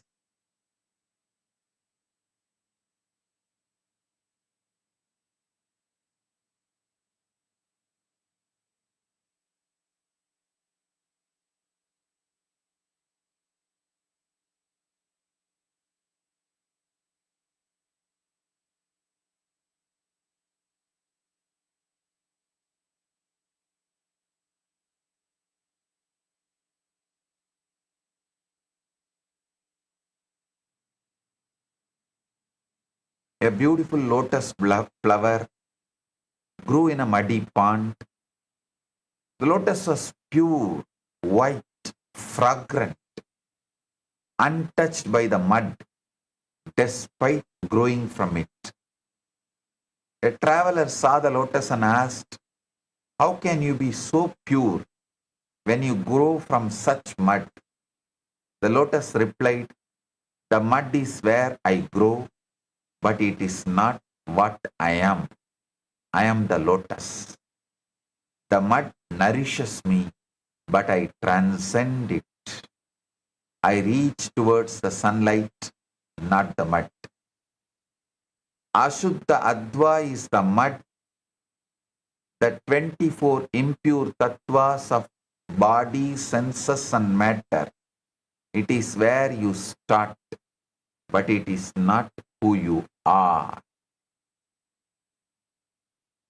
Suddha Ashuddha Adva is the stem of the 7 mixed tattvas that connect the mud to the floor. It is where you struggle, where you feel limited by time and karma. Suddha Adva is the lotus. The 5 pure tattvas of Shiva consciousness. It is where you bloom. It is where you are pure, untainted and luminous. You are the lotus. You may be growing in the mud of the material world. You may be pushing through the stem of the time and karma, but your ultimate nature is the flower, pure, fragrant and reaching towards the light. The lotus does not become the flower. It is already is the flower, just waiting to bloom. Similarly, you don't become Paramashiva. You are already are Paramashiva. You already are Paramashiva, just waiting to recognize it.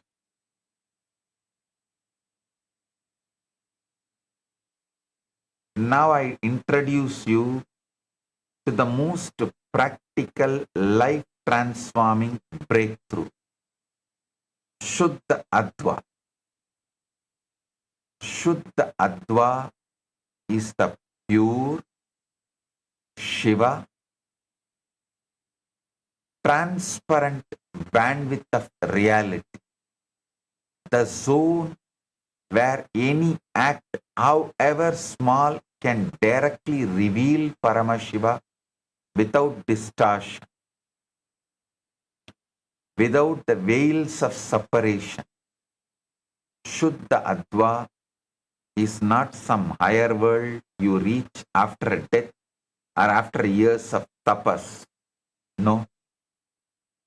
It's a higher way of reading your current reality right now. A different frequency of perception, where consciousness is still recognized as divine and not yet heavily filtered by Maya. In the Ashuddha, contracted way of reading reality, an act becomes a habit. A habit becomes an identity, and the identity becomes a prison of suffering. But in Shuddha Adva, the very same act becomes worship, worship becomes recognition, and the recognition becomes Shivatva, the state of being Paramashiva himself. When you shift to Suddha Adva, the same world you live in becomes Kailas. The same body becomes a temple. The same breath becomes mantra. The same daily activities become cosmic offerings. This is not imagination. This is the technology of decoding the holographic universe. Let me show you the exact mechanism so you can start applying it immediately. In the Ashuddha reading, you encounter an event and you tell yourself, this person insulted me. Instantly you enter victim consciousness. Your whole Advik structure contracts, and Paramashiva, who is fully present in that moment, remains unrecognized. But in the Shuddha Adva, reading the exact same event, you recognize Paramashiva is showing me exactly where I am still contracted so I can grow beyond it. Or Paramashiva has closed this door to open the right door. His divine intelligence is guiding me. Suddenly, the same event becomes a direct communication with the divine. In Shuddha Adva, every Varna vibrates with Shiva, recognition. Every mantra becomes his voice speaking inside you. Every pada becomes a revelation of his cosmic meaning. Every kala becomes the flow of his Shakti. Every tattva becomes his living principle. Every bhuvana becomes his world saturated with his presence. The whole Advik structure points back to Paramashiva instead of away from him. A small story. Two men in the storm. A great storm destroyed a village. Two men survived. The first man sat in the ruins and wept. Why did this happen to me? The gods have abandoned me. My life is ruined. The second man sat in the ruins and prayed, Lord, you have given me this challenge. What do you want me to learn? How can I grow through this? What seeds of new life are hidden in these ashes? Years passed. The first man remained bitter and poor. The second man built a new village stronger than the first and became its leader. Someone asked the second man, how did you rebuild so quickly? He replied, the storm took my houses, but it did not take my God. I saw God in the storm. I saw God in the destruction. I saw God in the opportunity to build anew. Two men experienced exact same event, a devastating storm. The first man saw only the destruction, Ashuddha Adva. Reading, the Ashuddha Adva reading. The second man saw the destruction and the opportunity, Shuddha Adva reading. The event was the same, the difference was the reading of the event. Now,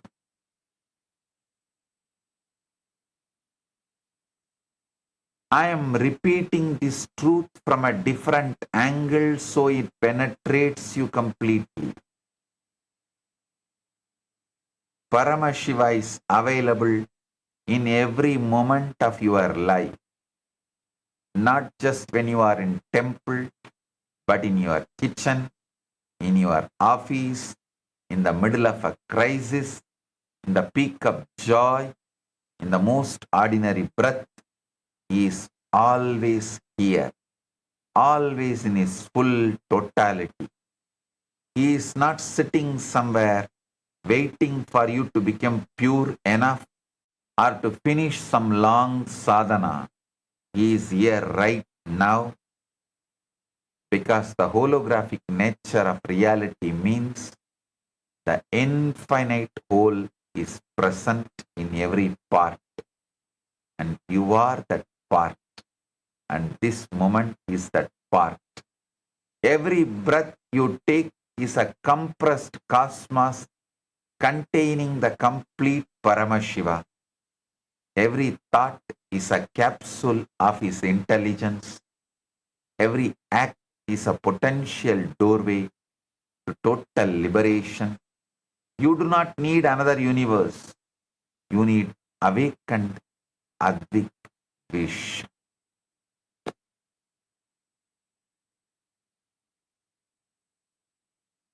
I'll continue to expand this in further satsang. Now, please listen to this satsang again. So,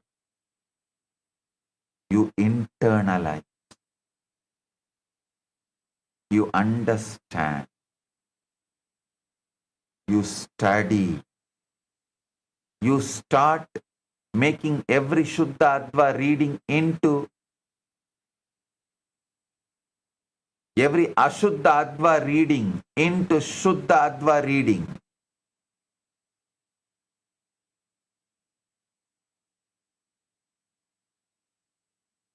Whenever things happen in your life, anything happening in your life, even now, instead of doing Ashuddha Adva reading of this moment, do Shuddha Adva reading of this moment.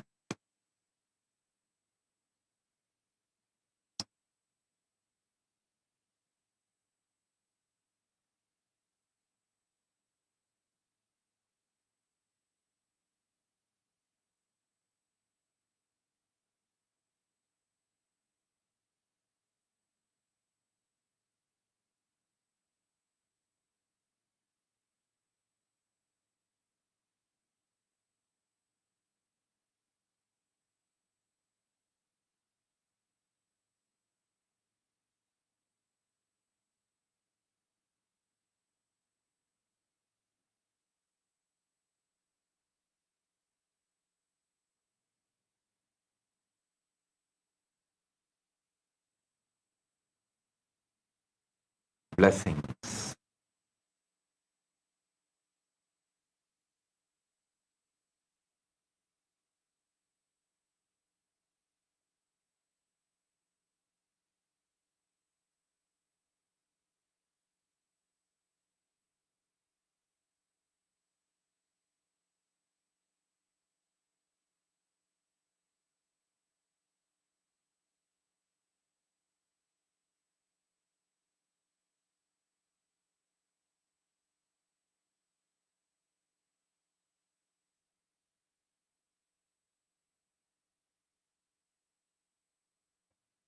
Two beautiful digital gifts for all of you. One, the digital book Guru Bhakti and Surya Yantra. Receive both, enjoy it, manifest Paramashiva. Wake up to Paramashiva, realize Paramashiva. With this, I bless you all with Paramatvaita. Paramashivoham.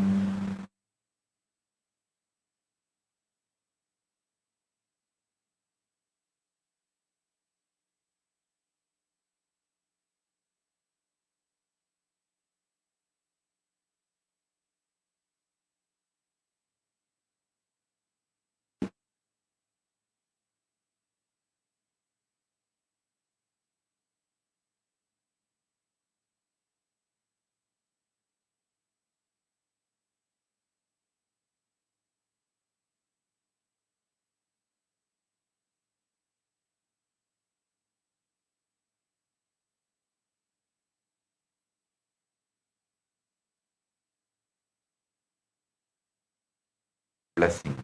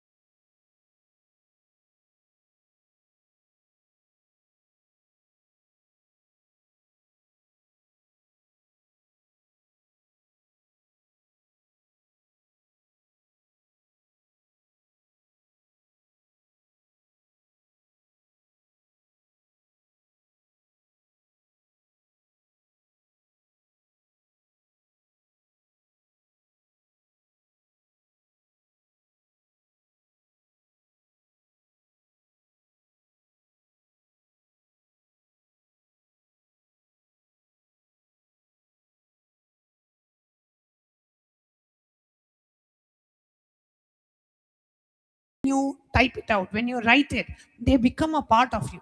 And this is type it out. When you write it, they become a part of you. And this is type it out. When you write it, they become a part of you. And this is type it out. When you write it, they become a part of you. And this is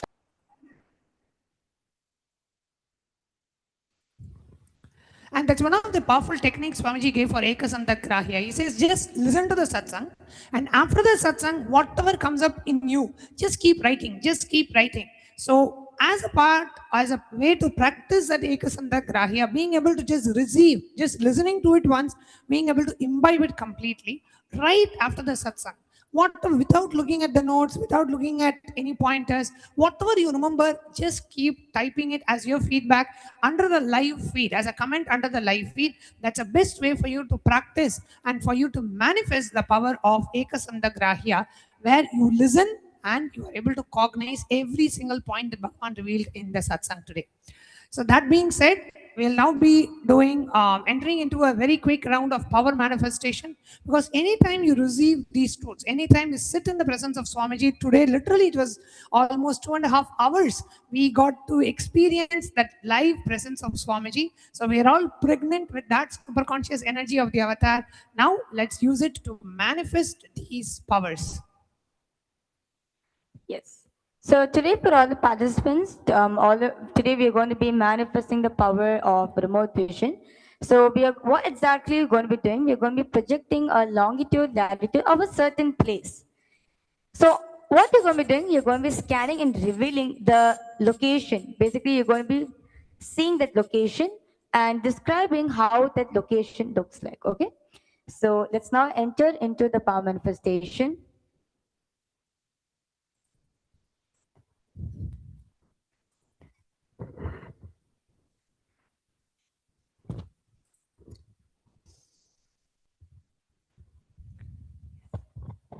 So the Shastra Pramana of this power is taken from the Vijnana Bhaira Tantra, Sutra 92, Dharana 69, where Paramashivam says, Vyomakaram swamatmanam dhyaye digbrinanavritam nirashaya chitishaktihi swarupam darshaye tada. The meaning goes, Bhagavan Paramashivam says, concentrate and cognize with restful awareness on oneself in the form of a vast etheric space or sky, Vyomakaram, which is limitless in any direction whatsoever. Thus, the Chitta Shakti, the power of consciousness, free from all support, reveals and manifests herself as a form of one's essential nature of the self. And next is the Apta Pramana, which is taken from the Mahabharata. In the Hindu Purana Mahabharata, the whole war, the sacred scripture Bhagavad Gita, is narrated to the blind king Dhritarashtra by his trusted charity Sanjaya. Sanjaya is initiated into the third eye power of Dura Drishti, remote vision, and Dura Shruti, the power of hearing remote distances. It is through Sanjaya's narration that humanity has received the sacred scripture Bhagavad Gita. The next is the Atma Pramana, which is the experience of Bhagavan, the Supreme Pontiff of Hinduism, Bhagavan Nithyananda Paramashivam. The 360-degree vision of Bhagavan's third eye, and how Bhagavan manifested the power of remote vision. Now, Swami Narayana Swami Tata was one of the gurus of the Supreme Pontiff of Hinduism, who was well known in Tiruvannamalai to see remote distances at ease. He used to have a mirror in which he used to apply the Jnananjana, and not only he'll be able to see, he'll be able to show others as well. One day, a senior police officer came to Narayana Swami Tata seeking help to find a thief whom they were searching for the last 1 week. Narayana Swami Tata turned to the young avatar and asked Bhagavan to see the whereabouts in the mirror with the Jnananjana applied and show the police officer. The young avatar not only saw the whereabouts of the thief in the mirror, but he was also able to show the same to the police officer, after which the thief was caught in the same location as revealed by the young avatar.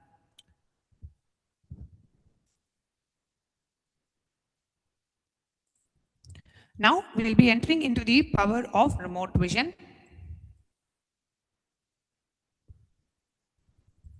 We'll now be projecting a specific location, and we'll be asking you to scan this location.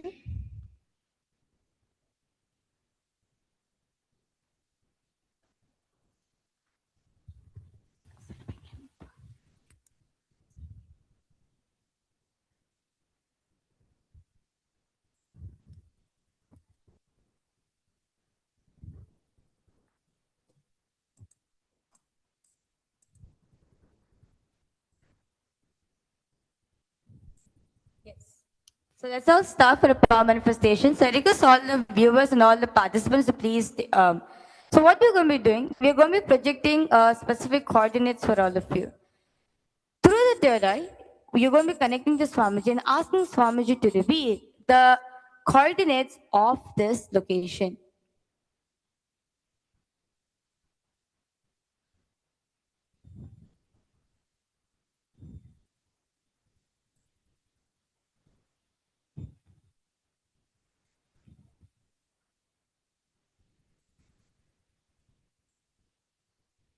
Yes. So now, the first run for all of you, I request all the viewers and all the participants to please start the manifestation. So the question for all of you is, the latitude is 12.4634, and so that's the latitude, and the longitude is 53.8237. Okay, so this is the coordinates of a certain place. So I request all of you now to please connect to Swamiji. Let's all sit with your head taken spine in a straight line. Remember Swamiji in a third eye.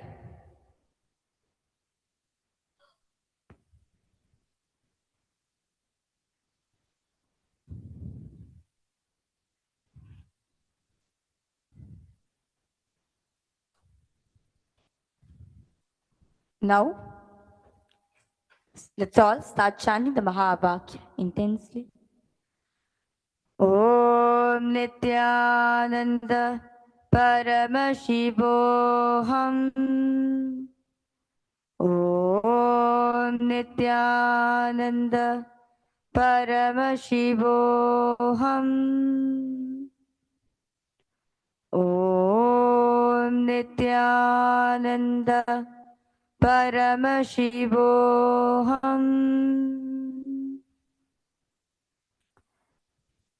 Just chant the Mahavakya intensely. Ask Swamiji to reveal the location of this place, where this place is located, and describe the location. Ask Swamiji to show you how this location looks like.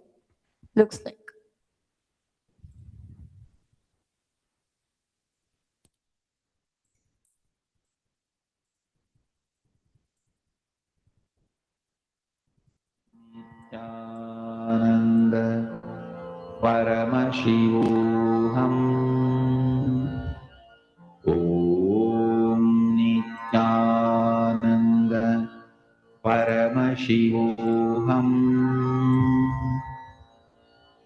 Om Nithyananda Paramashivam.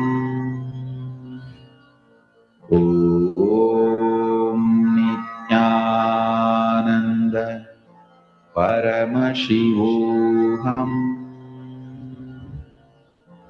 Om Nithyananda Paramashivam. Om Nithyananda Paramashivam. Om Nithyananda Paramashivam. Om Nithyananda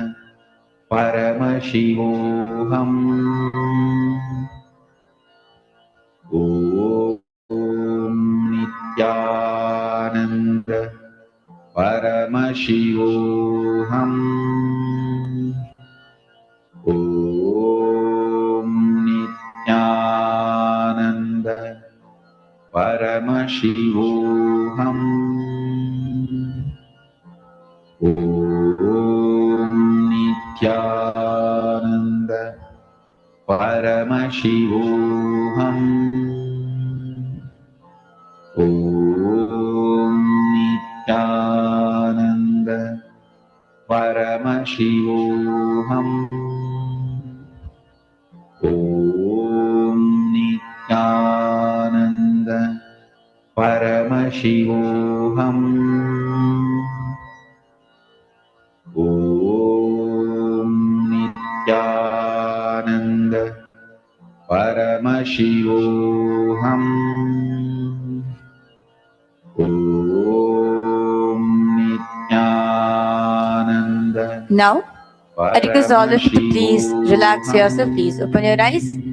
I request all of you now to please post in the chat section what did Swamiji reveal for all of you. So all the participants in Kailasa Guinea-Bissau, I request all of you to please share what did Swamiji reveal to you about this place.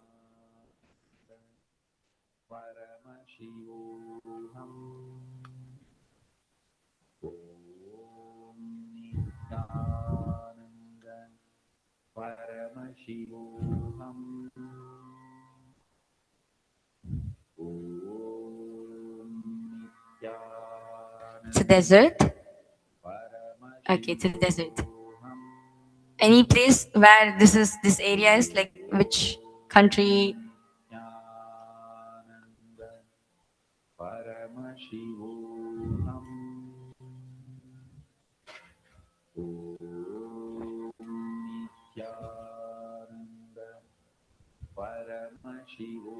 Morocco. Okay. Anyone else?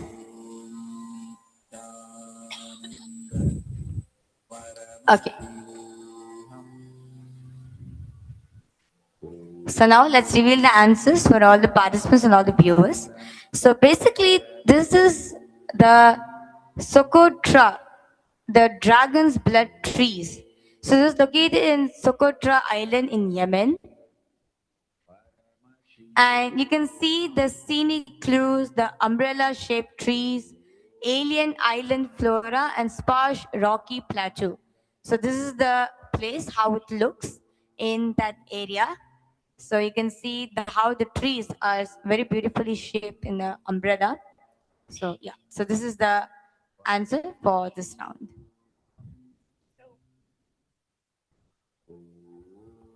So whoever got a place like an island or trees being able to see there, or some flora or a rocky plateau, or a place somewhere near Yemen, if you got any of these right, then you have manifested this particular round. Okay, so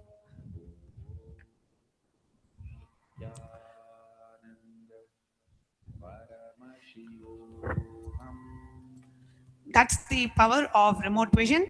And we also would like to inform everyone that the upcoming season of Paramashiva Sena is coming up starting on the 1st of July, which is just right about the corner in just a few days. And here in Kailasa Guinea-Bissau, participants have already started arriving for the next season. So the next season is starting on the 1st of July. And those of you who are waiting to join the next season here in Kailasa Guinea-Bissau or in Kailasa Tiruvannamalai, you are most welcome.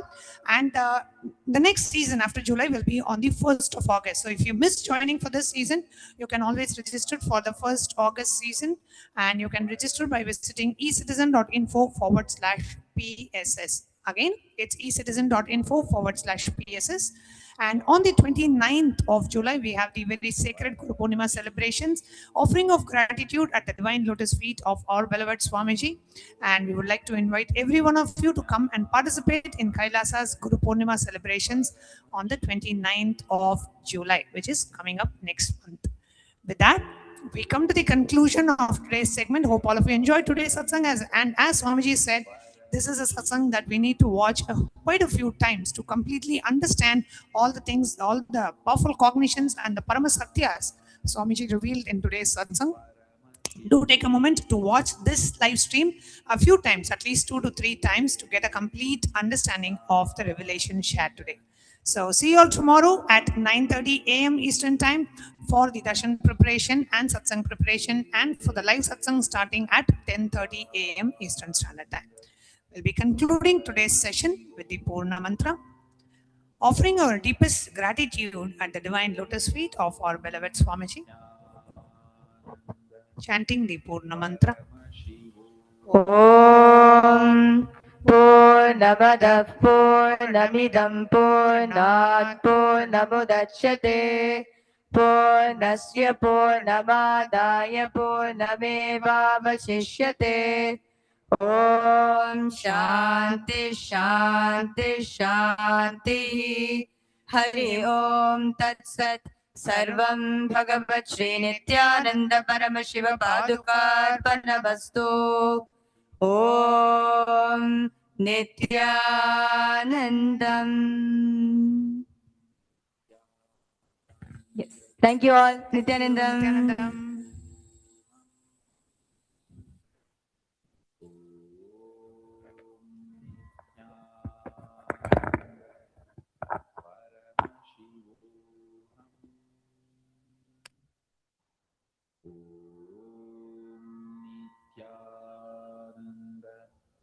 Paramashivam. Om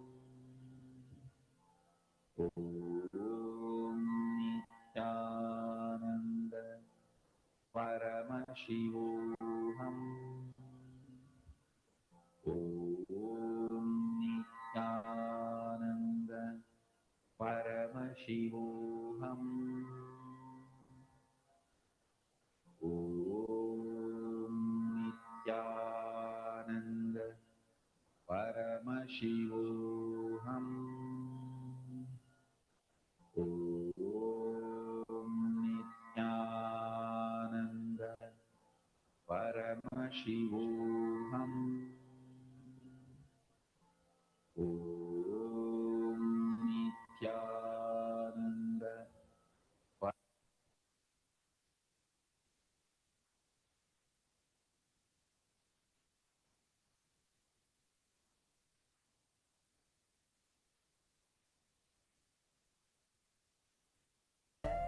I've been learning the yoga from other sources previously, but the Swamiji's yoga is the only place from all the source is really different. Also enjoying the pure vegetarian, organic, sattvic foods. This actual yoga makes my body more flexible, and Swamiji is teaching me what is intensity, what is integrity, and what is discipline. Before coming, I twisted my left wrist during basketball game, and I barely can use my left hand. After few training, my hand can sustain my body weight, and now everything looks normal for my left hand. Starting early in the morning with some yoga to move the body, then puja to move the spirit, then these talks that really dive into my subconscious mind to really get into these root patterns of my life and to really release that emotional charge once and for all from my being. In day 28, I am complete.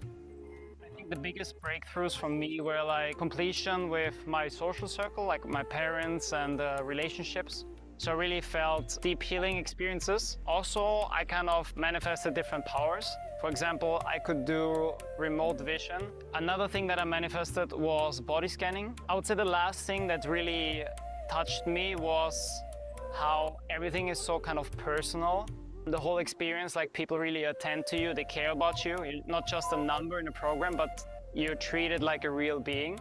So I really appreciate that. Everybody has wonderful breakthroughs and experiences. Life-changing process once you have joined. I would recommend this to anyone who wants to make a big shift in his life, a big change. Not even just like growth, but for personal transformation and breakthroughs, because this program just brings you to the next level. If anybody is just tired of being tired and wants to do something new in his life, I encourage you to come and try PSS. Make it happen for your life. You're not gonna regret it. You're gonna love it and you're gonna do it for yourself.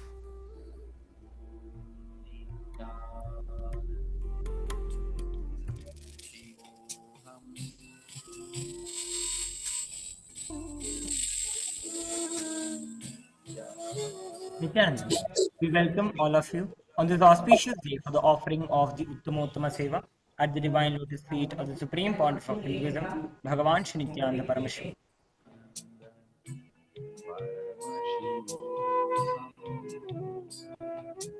We request all the participants to please be seated with their head, neck and spine in a straight line. Remember Swamiji in your Ananda Gandha. As we now begin with the Sadguru Vandanam. Nithyanandam Paramasukhadam Kevalam Jnanamurtim Dvandvatitam Gaganasadrisham Tattvamasyadilaksham Ekam Nityam Vimalamachalam Sarvadhi Sakshibhutam Bhavatitam Trigunarahitam Sadgurum Tam Namami Nithyanandeshwara Paramashiva Samarambham नित्यानन्देश्वरी परमशिवशक्तिमध्यमां नित्यानन्दपर्यन्तां वन्दे गुरुपरम्परां ललाटे त्रिपुण्ड्रे निटिलकृतकस्तूरीतिलकः स्फुरन्मालाधारस्फुरितकटिकौपीनवसनः दधानो दुस्तारं शिरसि फणिराजं शशिकलां प्रदीपः सर्वेषाम् अरुणगिरियोगी विजयते.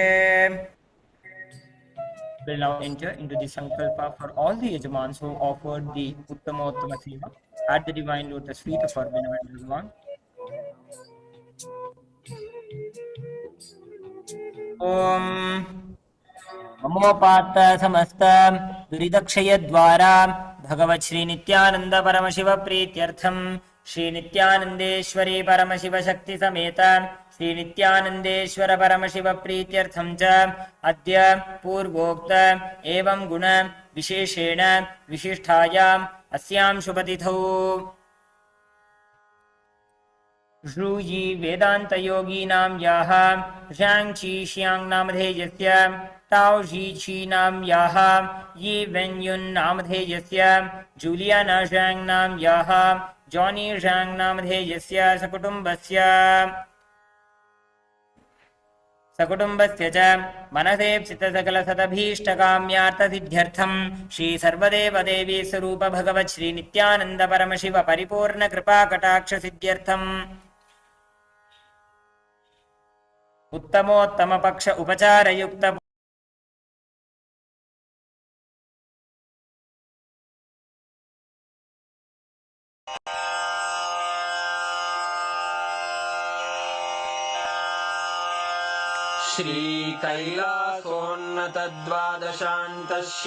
श्रीकैलासोन्नतद्वादशान्तश्यामलापीठारूढ श्रीमीनाक्षिसुन्दरेश्वरा भिन्नस्वरूप परशिवपुत्ररत्न कुमार गुरुमण्यतुल्यावतार श्रीपार्वतीस्तन्यपानलब्धदिव्यज्ञान विश्रुतसकलनिगमागमसारभूतद्राविडवेदप्रवक्त्रे श्रीमत्परमशिवकरुणासमधिगतमुक्तामयचतुरश्रयान् गीयमानछत्रचामर श्रीचिह्नकाहलादिसमस्तबिरदावल्यलङ्कृत ज्ञानविज्ञानचक्रवर्ती सर्वजनसङ्घसद्यो निर्वाणदीक्षाव्ययापवर्गवर्ष विश्राण जीमूत परमतकलभकेसरी शैवसिद्धान्तस्थापनाचार्य श्रीराजाधिराजपाण्ड्यमहाराजगुरु क्षपणशाक्यादिमहान्धकारनिवारणज्ञानभानु वीक्षणानर्हार्हध्वजोच्छेदनपूर्वक श्रीमद्वृषभध्वजस्थापक शैवसमयकर्त्रे सर्वज्ञपीठारूढ श्रीजगद्गुरु श्रीज्ञानसम्बन्धदेशिकस्वामि वागीशसुन्दरमाणिक्यवाचकस्वामिनाम् अवतारभूत श्रीज्ञानसम्बन्धस्वामि पुनरुद्धृत श्यामलापीठ सर्वज्ञपीठ त्रिनवत्युत्तरद्विशततम गुरुमहासन्निधान अरुणगिरियोगीश्वर परम्परागत अरुणाचल सर्वज्ञपीठ गुरुमहासन्निधान कैलास परम्परागत काञ्ची कैलास सर्वज्ञपीठ त्रयस्त्रिंशदुत्तरद्विशततम गुरुमहासन्निधान नित्योत्सव नित्यमङ्गल नित्यकल्याण नित्यरजित कैलास परम्परागत आदिकैलास नित्यानन्दपीठ महासंस्थान महासिंहासनपीठकर्तः साक्षात् श्रीपरमशिव समुद्भूत कैलास परम्परागत वैवस्वतमनु इक्ष्वाकु हरिश्चन्द्र भगीरथ श्रीरामचन्द्र शूरसेन इत्यादि अनवच्छिन्न सार्वभौम चक्रवर्ति परम्परागत चतुष्षष्टि योगिनी मंडित चतुष्षष्टि संप्रदाय प्रवर्तक मनुधर्म शासन सूर्यवंश प्राप्त सर्वज्ञपीठ सुरांगी साम्राज्य मूर्धाभिषिक्त चूड़ामणे साक्षात् श्री परमशिव समुद्भूत कपिल महागुरु पुनरुद्धृत महानिर्वाणि पीठ अष्टोत्तर सहस्र श्री महामंडलेश्वर साक्षात् श्री परमशिव सिंहासनाभिषिक्त समस्त गणनायक श्री महागणपति समारंभ अनवच्छिन्न पीठाधीश्वर गुरु परंपरा प्राप्त अटल पीठ अष्टोत्तर